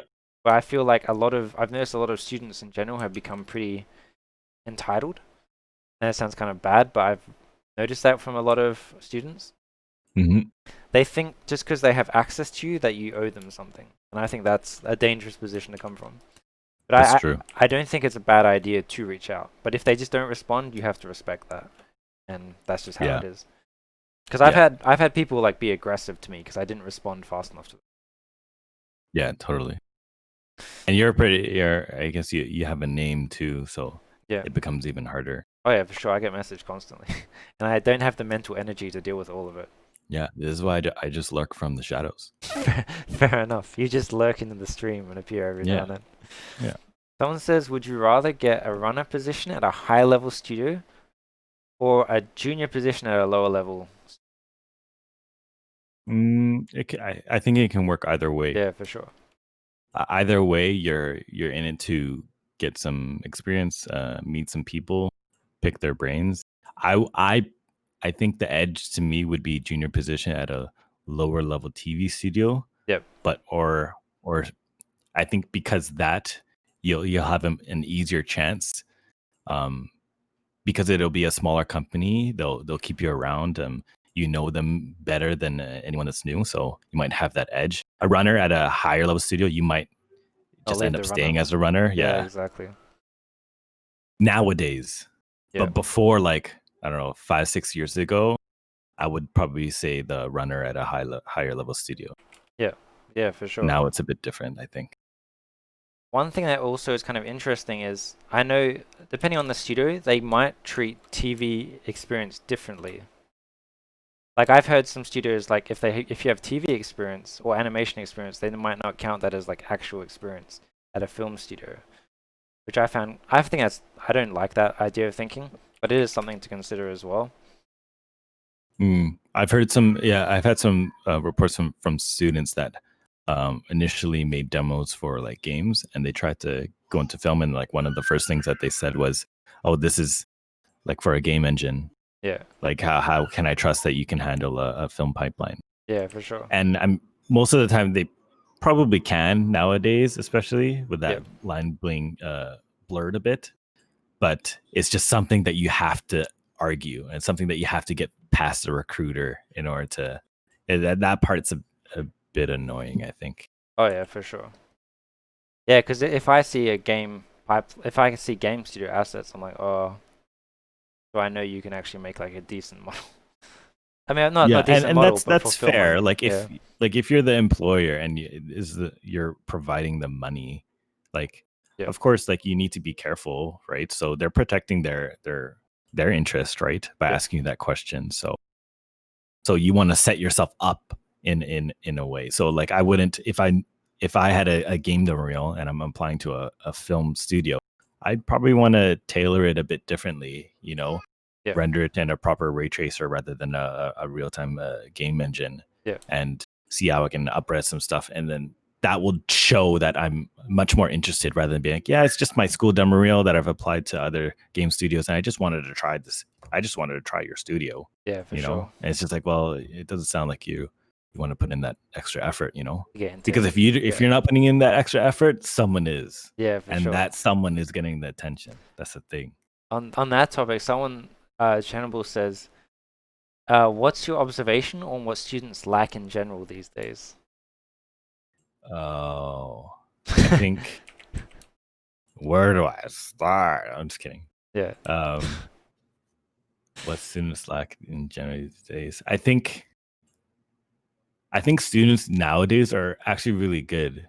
Yeah. I think um, the students now versus the students like 5 years ago, 10 years ago, like that's completely night and day for sure. Like Yeah. students now will know more than some seniors that I know. Yeah, for You sure. know, the but it's kind of like I feel like some students are.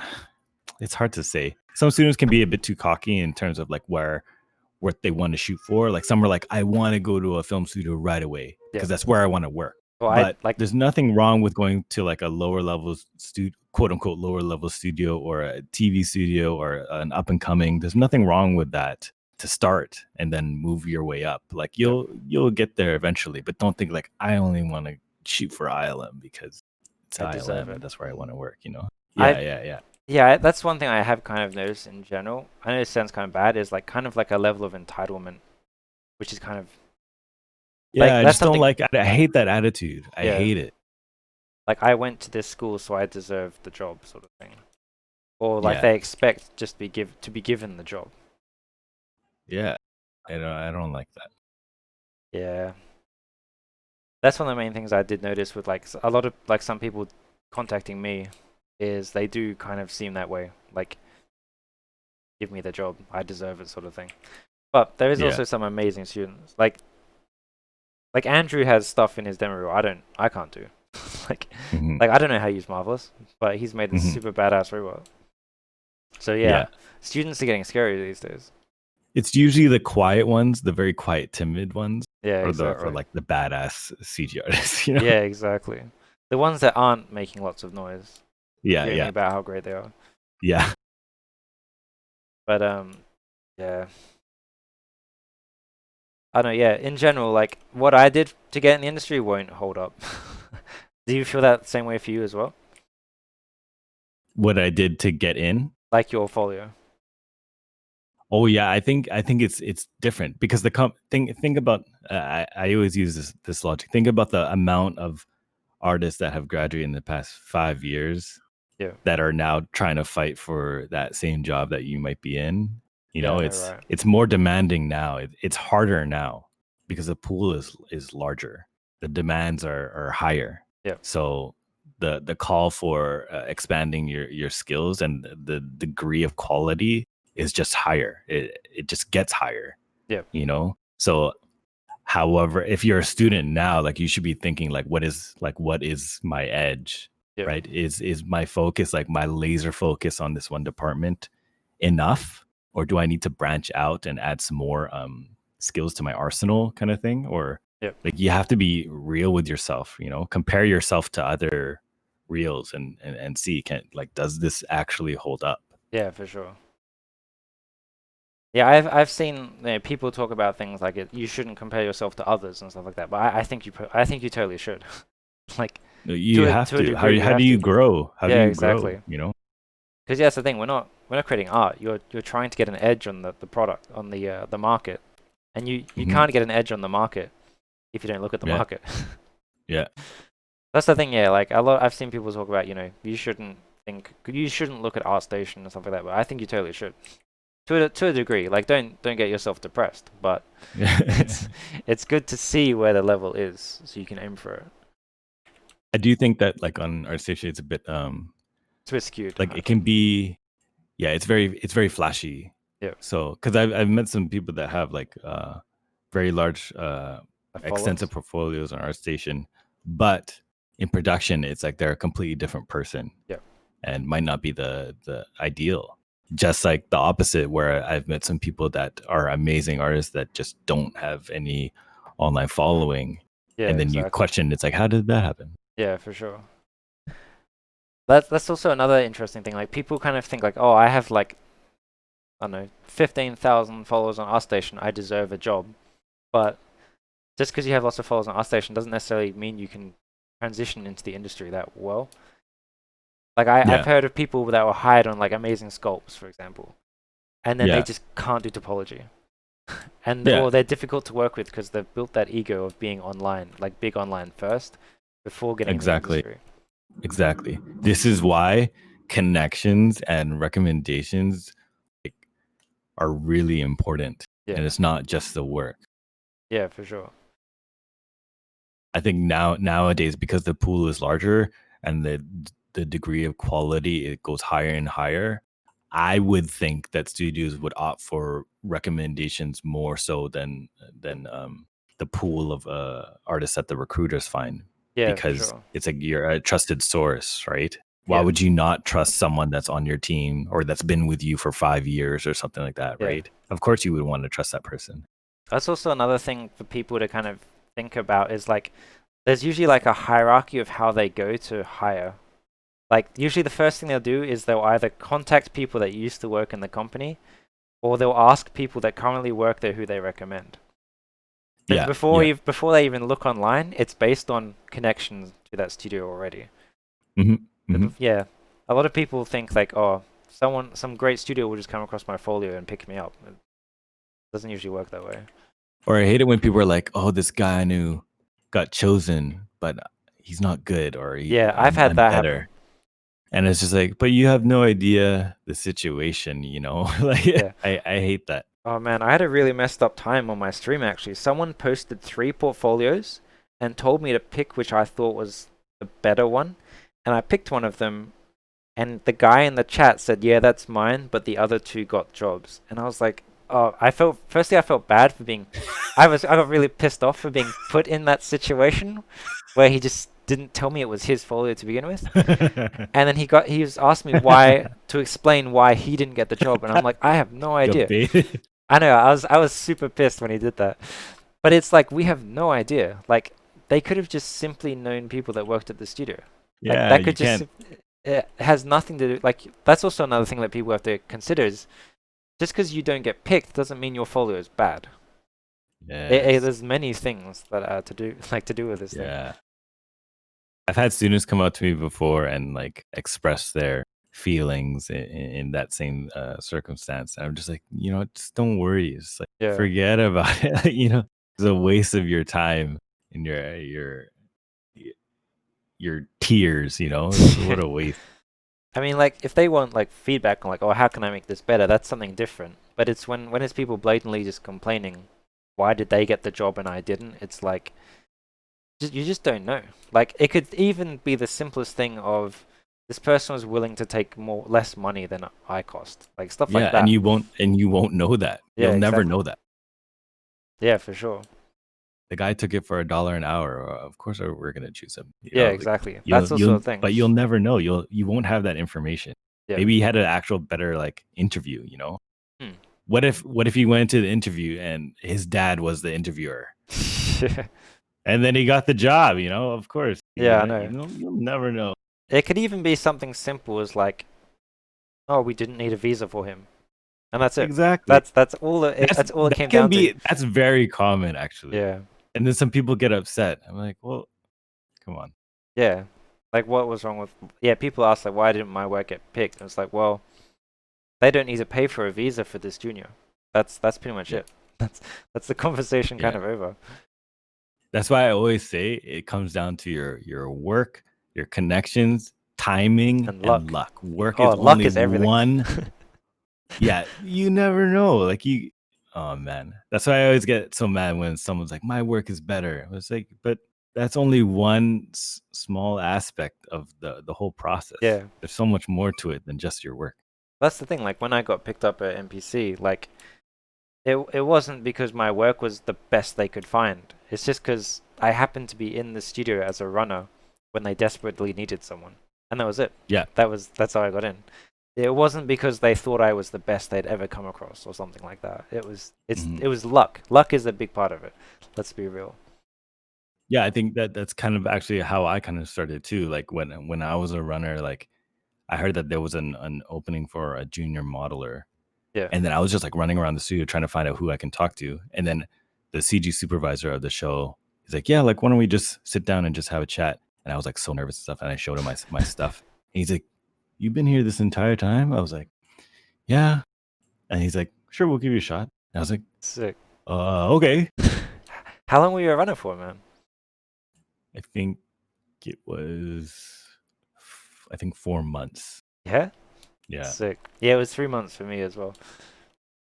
But I wouldn't take it back like for anything. Like it was a good experience because I met so many good people Yeah. and they gave me so much advice and I learned so much. Like staying late after work and talking to people or checking out the pipeline, looking at assets and how they made it and stuff. Like Yeah. that was all super valuable to me. Yeah, for sure. And also one of the main things is I learned to respect the runners. Because Oh yeah, for there's sure. so many artists that don't respect the runners and it I drives me nuts. know. I hate when they leave plates of food just like on the counter. I'm like, come Oh on, man, you barbarians. it was even worse, man. For me, right? It was like, so at NPC as a runner, you have to do a mug run from their desk, right? Yeah. Like you go to their desk and you pick up their mugs from the desk. Usually, most people were kind of pretty chill about it. There was one time I specifically went to some guy's desk, and he had his breakfast left over, his lunch left over, and 6 coffee mugs on his table. God. And I intentionally just walked past him and picked up the next guy's mug and just kept going. And then Yeah. I saw him later in the kitchen taking his shit back. So he got the Yeah. message. I was like, I'm not I gonna. would have brought my own coffee mug and added to his desk. That's I what I know. would have I done. was shocked. But after that, I never left stuff on my desk. I was like, because yeah, Yeah. you just don't want people to clean up for you. So Yeah. it definitely humbled me starting as a For runner, sure. I think. For sure. And it also meant like when I did get hired as a modeler, because it made me feel like I'd earned it. Is that kind of like when I got hired as the modeler, it was like, oh, I earned this. So I feel I was a lot more humble than kind of just walking into the studio as a modeler, Yeah. if that makes kind of sense. Yeah. But it also made me terrified of because when I first started off, I was a runner being borrowed by the modeling department. So so I was That's cool. afraid That's the of best going back. situation you want to be in, you know? Yeah, So that's the best situation you want to be in, right? Where you're that quick and easily accessible to them yeah, that you're sure. making a name for yourself. And then it's like, oh, it's like that guy, isn't he a runner? It's like, oh, he's actually making some assets right now. It's like, oh, cool. Yeah, Like for that's sure. already getting the conversation going, and then Yeah, that just further helps you, you yeah, for know. sure. So again, it's like you're building connections, you're building that relationship, there, you're building that rapport, you know. It's funny, right? Because this is funny. So I had a rule when I was a runner, right? I had a rule that I had to be the last modeler in the room every single night. So so like I would do my running shift and then just sit on a spare computer doing personal work, right? So Hmm. I had a rule that always had to be the last person in the room, and sometimes I would be there like pretty late. I mean, it was my own choice. I was there on my own free time doing my own personal work, so it wasn't the end of the world. But eventually, like the team started to be like, "Who the fuck is this guy just sitting in our Hmm. room?" And then eventually, like they just started talking to me, Yeah, like and then that's how you grinded through that, you know. Like I think about like what if you didn't do that? yeah, Like exactly, it where would be would you different. be? Because that's the Like do thing. you think you'd be here, you know? Man, I remember this is a pretty funny story. I don't think I've ever told anyone this story, right? So what got me talking to the asset department in doing like actually being a modeler, right?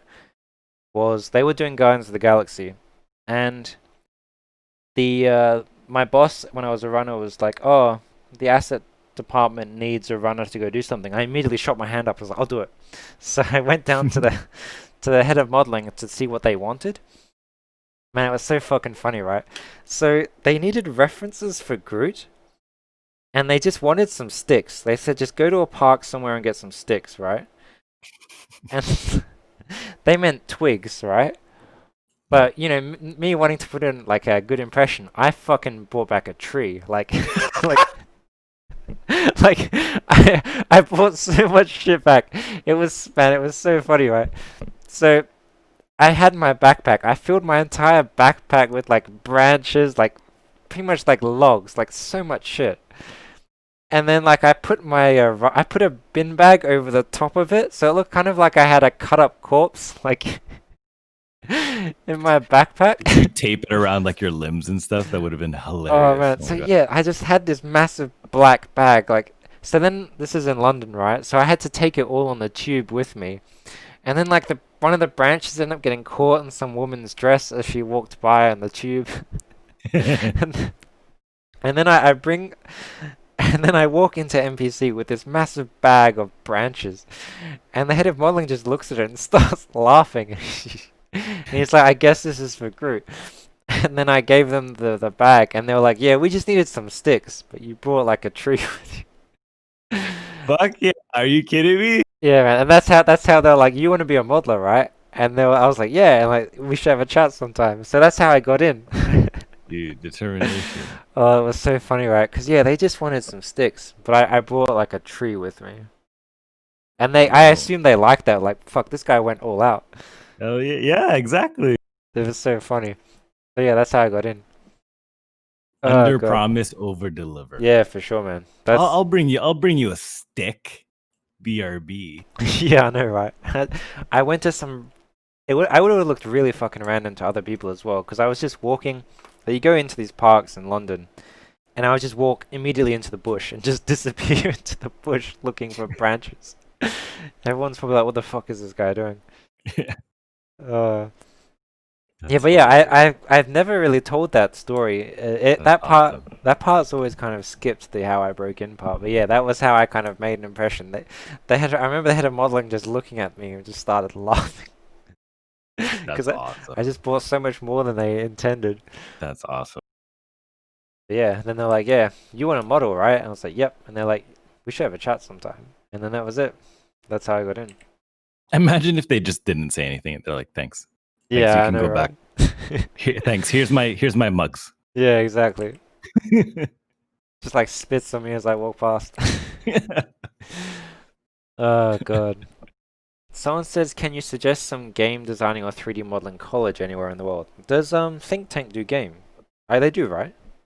They do. I don't know about game designing specifically, Okay. but they do have some game asset programs. Yeah. Oh, you can read the comments as well, right? Yeah. I Yeah, see. okay, I see. sick. God, yeah, that was a good story. I completely forgot about that. Is That's there, so funny. yo, Channel, is there any other good questions that have popped up? Um, let's see. Yeah, thanks for popping on, man. This is definitely gonna help people sit through all the UVing. Yeah, you got 100 viewers now. I know, It was right? It's at like sick. 70. I know, right? As soon as your Nice. voice, people heard your voice, they flocked. That's awesome. 100 viewers. That's pretty good. Yeah, man, it's gone pretty good, man. We got Twitch partners, so that was cool. Oh, nice. Oh, yeah. You told me that. Nice. Someone says, any advice for when you don't know what to do to practice? I feel it's a very open question, but how would you answer something like that? If you don't know, that's a problem.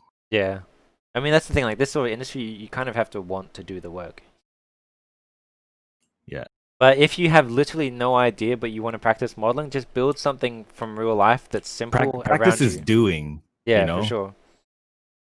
Like for me, like if you want to model but you don't know what to do, just pick something around you and model it. Like say for example, you don't know if you want to work in film or games, just build something around you as like a film asset, and then maybe you can do like a game version of it.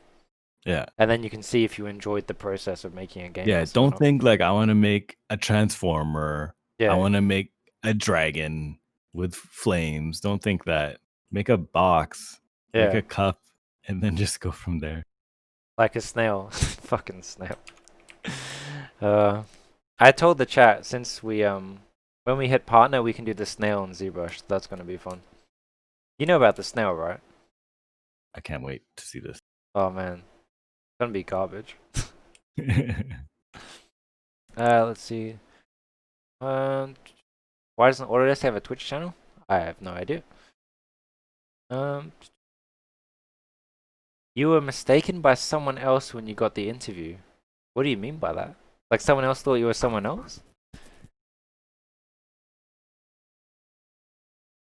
Take it. I knew a guy. I knew a guy that got someone else's contract, Oh, I heard that story as well. I've and heard. then they saw how much they were getting paid, and then they asked, they're like, "Hey, can I get that same offer?" I've had. This is at a different studio. Yeah, for sure. I've had interesting. I've had times where they've like I've because we you get so the way it works in film, right, is very few people are staff. We usually go from contract to contract. One time I had my contract where my salary got cut in half, and I was like, "Excuse me, why have I lost 50% of my salary?" They're like, that was a typo." We're like, "Oh, it better have been." So they fixed it immediately, but it's kind of like, yeah, always read your contracts. For sure, like yeah, that's one thing I'll definitely give to people. Like, don't get so excited by the job offer that you sign immediately. Like, read through your contract, because if I yeah. had signed that, they can legally pay me half my salary, and I'd be kind of screwed. There was a question earlier. Someone saying like, "What do you do if you haven't heard something from a recruiter, but the leads have spoken highly about you?" Oh, we I can't do anything about never that. trust any of that.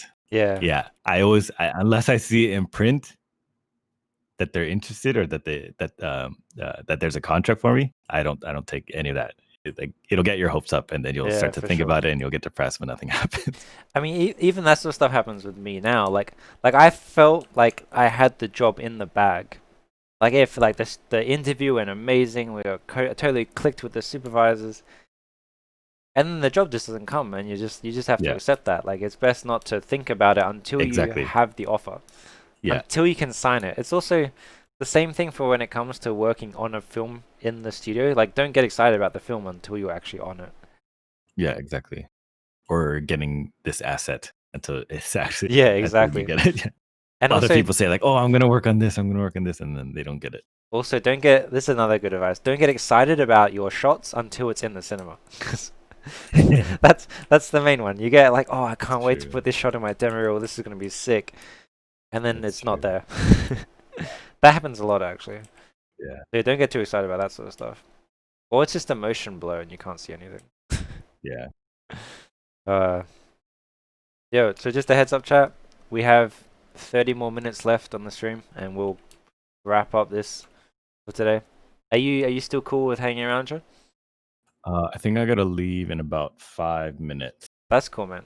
You've definitely helped the chat deal with my UV. Yo, have you played Fall Guys?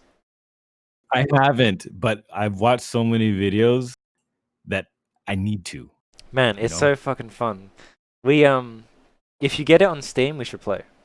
I'll let Cause you know. what happens is, yeah, after we do the streams, we do like an hour of playing Fall Guys with the chat. Really? Yeah, it's so much fun, man.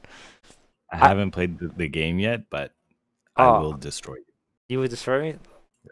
Nah, man. Random luck will destroy me. That game is entirely based on luck. It's so fun, man. I get super tilted though. I become super toxic. Oh, yeah. You can't record. Yeah, no recording because I'm gonna I'm gonna be screaming. Oh, that's alright, man. But ah, wait. Someone says any good 3D modeling book. I don't know if people use books these days. Books. It's like Yeah. our time. What's That was that? when I first started. Books. It was Books. modeling books that I bought. Yeah, DVDs. You know. Yeah, I don't know if there's any. Yeah, I think that information is so easily available these days. Like Yeah. I you like like, reading. yeah, Oh, that's true. oh. I mean, you can read my blogs. That's the closest thing you're gonna get, I guess. What else have we got? Man, so many people love the Fall Guys streams. Yo, yesterday on Twitch there was like 700,000 people watching Fall Guys streaming. I was like, Yeah, that game yo, exploded. man, I see the studio is hiring. They're looking for 80 positions. Yeah, I saw that same posting too. Man, they're getting huge. Holy shit. Yeah. Can you imagine that? We just leave the VFX industry and just go do Fall Guys instead. That seems like the future. Oh god, that'd be sick. Oh, I totally broke this thing. Where was this? Um, Okay, I think that's it for me. That yo, was fun. thanks for coming on so much, man. It definitely livens up the stream. Everyone enjoys Yeah. the discussions. I'll pop in, and when I see some depressing faces from you, I'll make sure to say hi. Alright. Yeah, thanks for tuning in, man. It was good fun. Yeah. Okay. I'll Thanks. catch you later, Bye, man. guys. Yeah. See ya. Yeah. Happy. Yo, how's it going? So we got how much time do we have left? We have 24 minutes, and then we can do some Fall Guys. Oh my god, that's so fucking loud.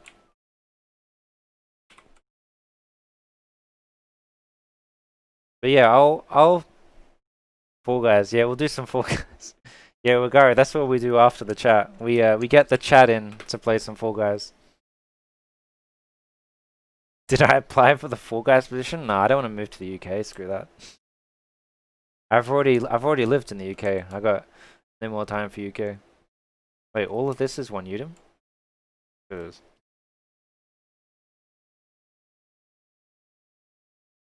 You can overhaul their UV pipeline. Oh shit, that's right. The texture seams are really annoying. But yo, did you guys enjoy the chat with you guys enjoyed the chat with John? Would I consider going back to Australia? Maybe, but with COVID, not anytime soon. So if I want to go back to Australia, right? Firstly, the flights are like ridiculous. Secondly, I would have to quarantine myself in a hotel, which costs 3 grand. So it'll cost me like 6 or 7 grand just to go back to Australia right now. Chat with John is always cool. They are. Yeah, the UV is going pretty good. We got pretty good coverage now. It definitely makes the streams easier. I mean, it definitely makes the UVs easier when we have John for discussions. This is kind of also why I don't mind doing UVs, because I was kind of zoned out the whole time while doing UVs. Like, we can just kind of keep working without really thinking about it. So I find UVs like relaxing.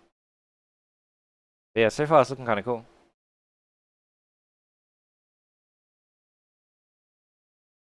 Getting to America is literally impossible with COVID and Trump. Yes.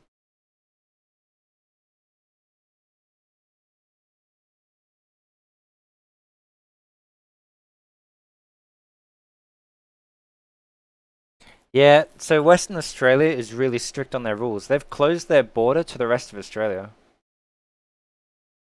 Why would you want to go to America? If you want to work for like, I don't know, like Blizzard or Naughty Dog or stuff like that. For those sorts of positions, I think it's probably worth it going to America for, a month or two. Oh, not a month, a year or two. Yeah, don't go to America for 1 month. That's kind of pointless. Yeah, I'm gonna rest you my back in a sec.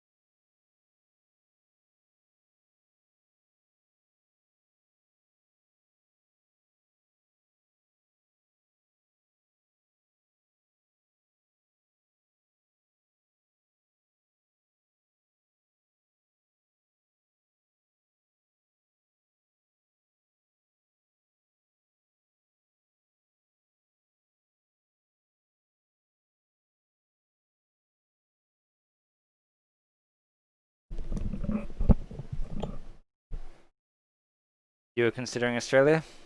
Yeah, I kind of was as well until COVID hit. ILM could be kind of cool in Australia. Let's see. Yeah, the funny thing was, right, yeah, last time we had John on, I uploaded to YouTube, right? But I uploaded to YouTube several days later, like during work hours. Well, I mean, it went public during work hours.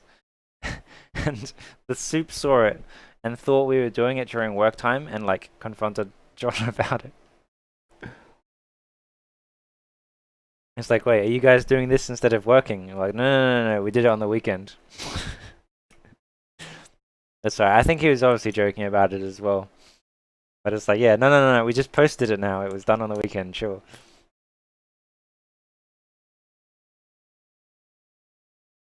Yeah, I like the team I work with. Usually my best experiences in companies are usually the team. Like it's not even the work that usually makes the company good, it's the team which makes it good.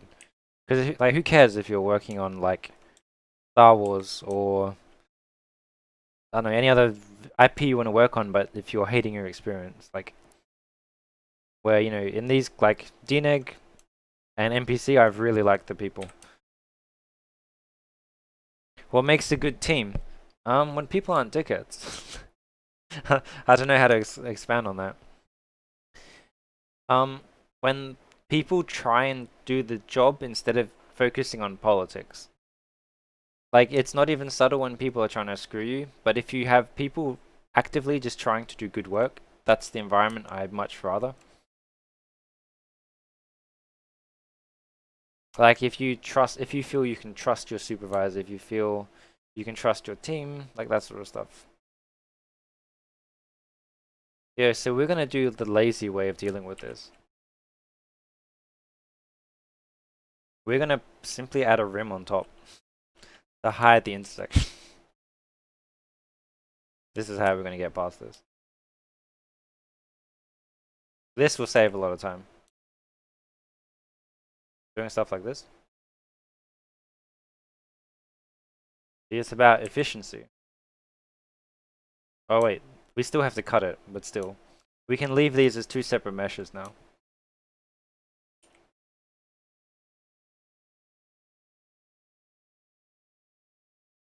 So this way we get free detail with the rim.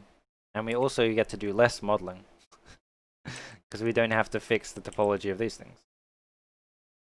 This is what I mean by efficiency. If the rim looks good, looks trash, we get rid of it.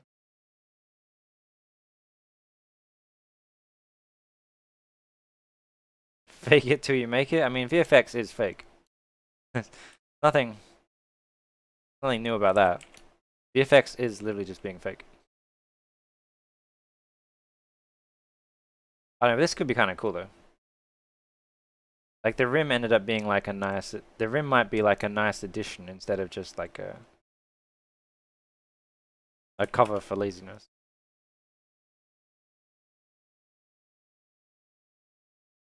Yeah, that's fine.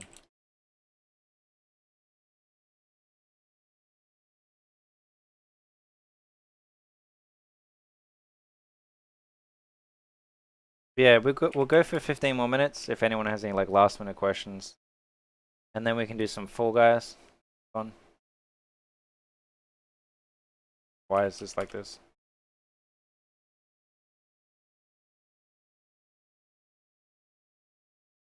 What did I do? Oh, hold on.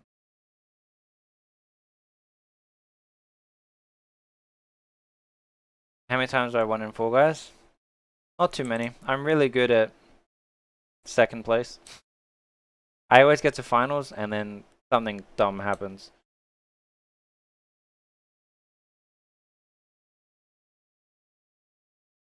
I think I won maybe 4 times. Alright, we need to center this thing.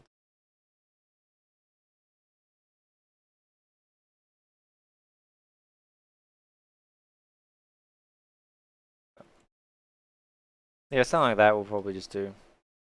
That way we can kind of cheat this bit.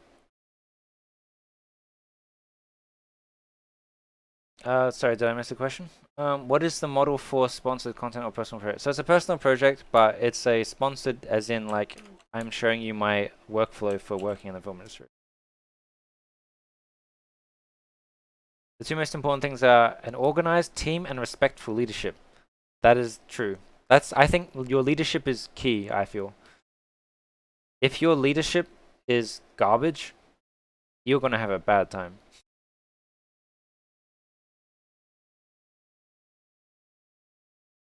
What's Fall Guys size to download? I don't know. I downloaded it a while ago.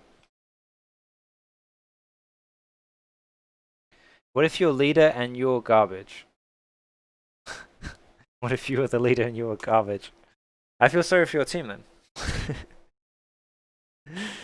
Oh god. Oh, try and not be garbage. You'll tell them. No, I think like say for example, even if your leader isn't the best artist, they can still be a good leader. They just need to accept that they're not the best artist. Like I've met supervisors that aren't technically the best like artists, but they're good leaders in the way that they manage their team, they listen to you, they trust you. That's the worst is when your supervisor doesn't trust you. And I've been in that position quite a lot. Well, actually not quite a lot, a few times, and that sucks. Where the supervisor doesn't trust you. So I've met soups that aren't the best artists, but I would love to work with them again because I had a good experience with them because they trusted me to do the job.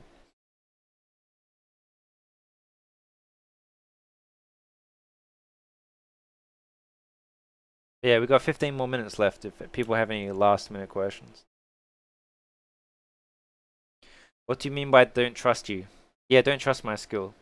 I've had supervisors ask me my opinion on work and then just tell me why I'm wrong. And I'm like, okay. Like and they do it constantly. I'm just like, why are you even asking me for my opinion when you're gonna shoot me down?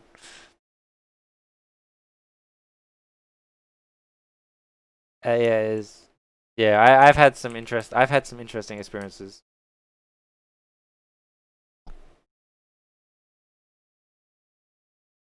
Is there any trade union? We don't really have unions. VFX.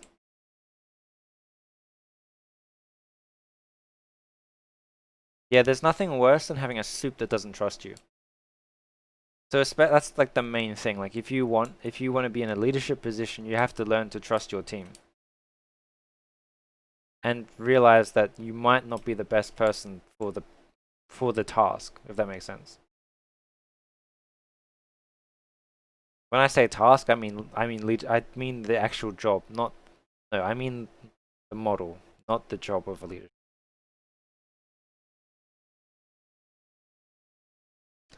Honestly, with Gary, that's happened that not constantly. That's happened. There was one supervisor I've had who did that sort of stuff. They would be like, Andrew, can you? We need to do something. Can you go and find me this model? And I would find something we can use, and they would then show me something they had picked 2 months ago. I'm like, why did you bother? Like, why did you ask me to look for this when you already have something? As a modeler, how much creativity are you able to put into your work? It depends on what type of asset you're making. So if you're making something that's built on set, you have to match the scan. So that's it. There's no creativity in that at all. Something like this, where the concept could be quite loose, you could have a lot of creativity in interpreting the design. But at the end of the day, it's still your interpretation. So you're interpreting the vague shapes, but the supervisor or the director is still going to be the one that says, no, that's not the shape I see.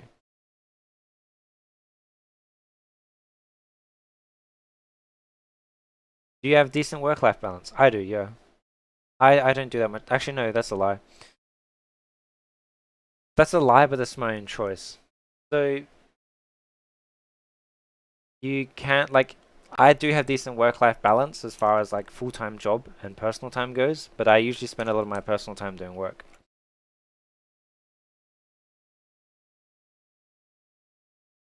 Your jaw would just drop in that situation. I mean, that I had it's happened quite a few times.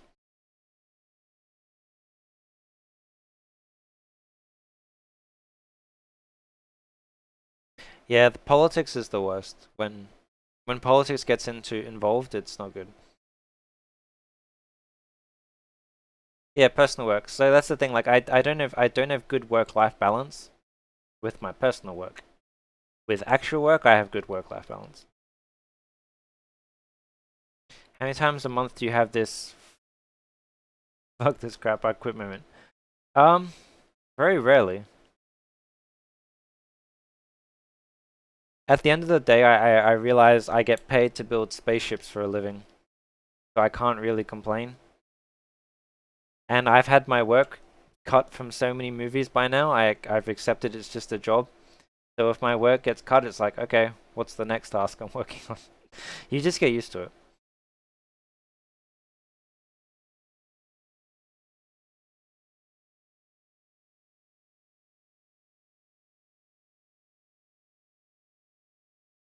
It means DBFC.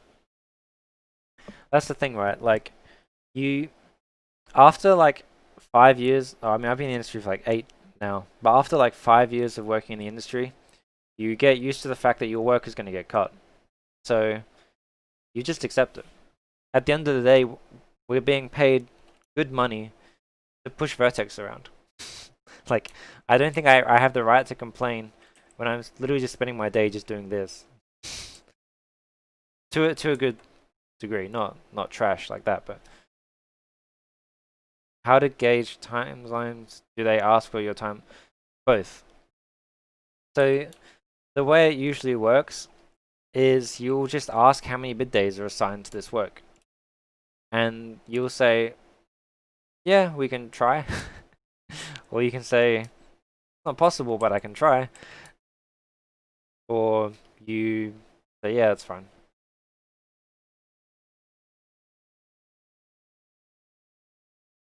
How much of a disadvantage would it be to start modeling at age 25? Zero. So there is the famous Masa Narita that we keep bringing up, who is a hard surface modeler at ILM San Francisco. He's probably one of the best hard surface modelers there. He's the guy that modeled like he modeled the Star Destroyer, the TIE Fighter, all this sort of stuff. He was an accountant for 20 years, and then he swapped to VFX. And now he's one of their best modelers.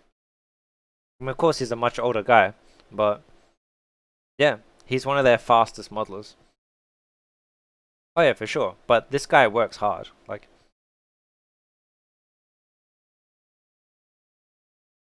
yeah, he sculpted some of the orcs for Warcraft, the movie, not the thing.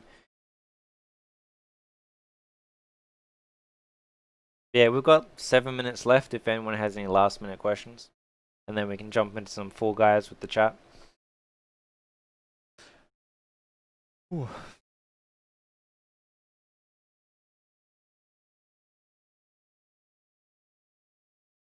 Yeah, age doesn't really matter. The only thing you have to consider is more things like your current life situation. Like obviously, when you're younger, you're living at home. You can invest more time fully going into CG. Where when you're older, you're obviously trying to survive. So you you might have a full-time job doing something else, like that sort of stuff. But then, like as an adult taking it more seriously, you probably have higher discipline than a student. Oh, student than a younger teenager, for example. So there's pros and cons to both. Like you have to use it to your advantage if you start off older. You just have to think that way. I mean, you're working in electromechanics at the moment, and you want to switch careers to 3D modeling. I think you're already you have a pretty good situation to do that then. I think there's nothing stopping you doing 3D if you want.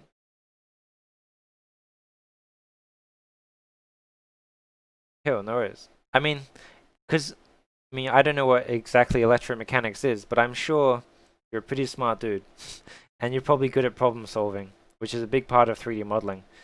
So like, I still feel if you swap careers, you can take the advantages you've learned in one career to another. Do you have like last minute changes during production? Yes. How do you overcome it over time? That's it. That's straight to the point. Um, the worst that can happen is you're the best modeler in the electromechanics. That's true.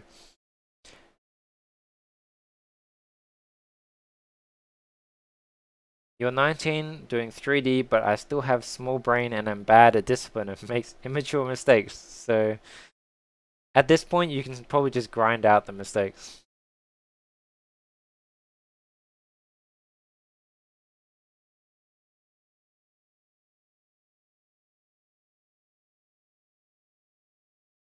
Yeah, so far this thing's going pretty well. We have base UVs on everything now. Everything is going pretty well. Maybe we can fix this since we broke it. Where do you take this piece from here? Like, what the pipeline? What do you mean by this? Once I'm finished doing the models and UVs, I check this into the pipeline, and that's someone else's problem now. Oh, my UVs were so nice before. How did it... Wait, which ones are broken?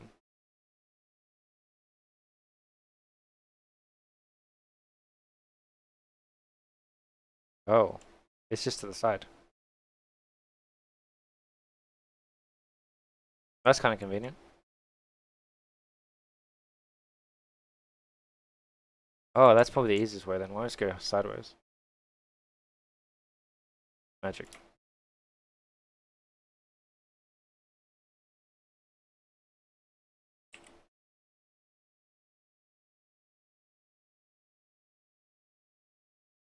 Are these regular poses or sub D? These are sub D.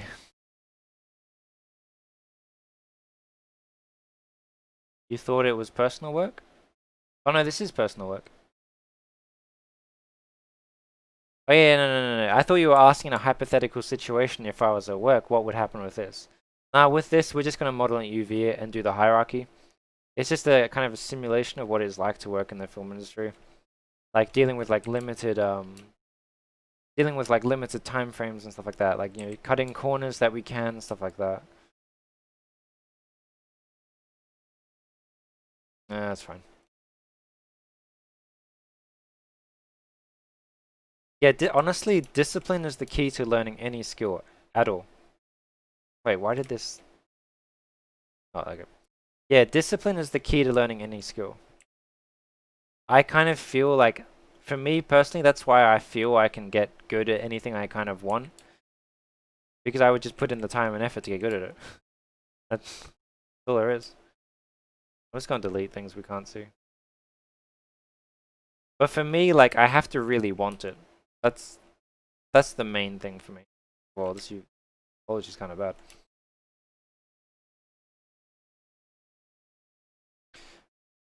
I'll deal with this next stream. I don't really feel like. We have 2 minutes left anyway.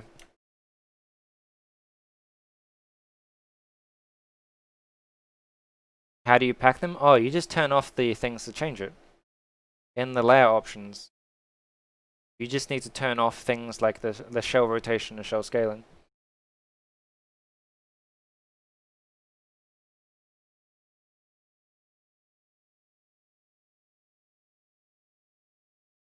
Oh yeah, for sure. Like there's so much information available online. You can learn anything you want if you have the discipline.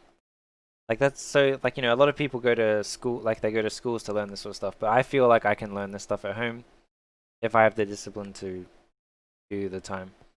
Yeah, Andrew, how's it going, man? Yeah, Andrew, we had John on the mic and we had Lucas in here as well. All the DNEG dudes are popping in.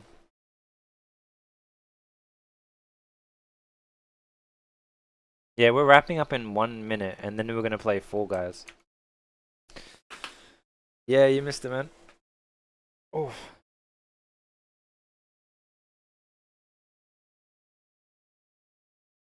Yeah, we play Fall Guys. We're gonna play Fall Guys in the chat now with the chat soon.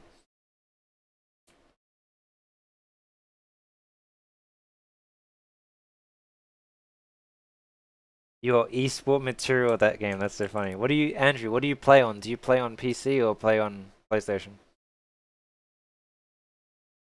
Damn, D-Nectors. Yeah, Andrew. We should hop in. We should get in on Fall Guys. Yo, so okay, it's been 3 hours now. So I'm gonna quickly end the stream and I'll be back in literally 2 seconds. So don't go anywhere. We're gonna be doing some Fall Guys. But yeah. So next stream will be for Autodesk will be on Wednesday, 8 p.m. PDT. But yeah, hang around and we're gonna play some Fall Guys with the chat. Just chill, hang out. We can talk some shit. But yeah. So yeah, give me 2 secs.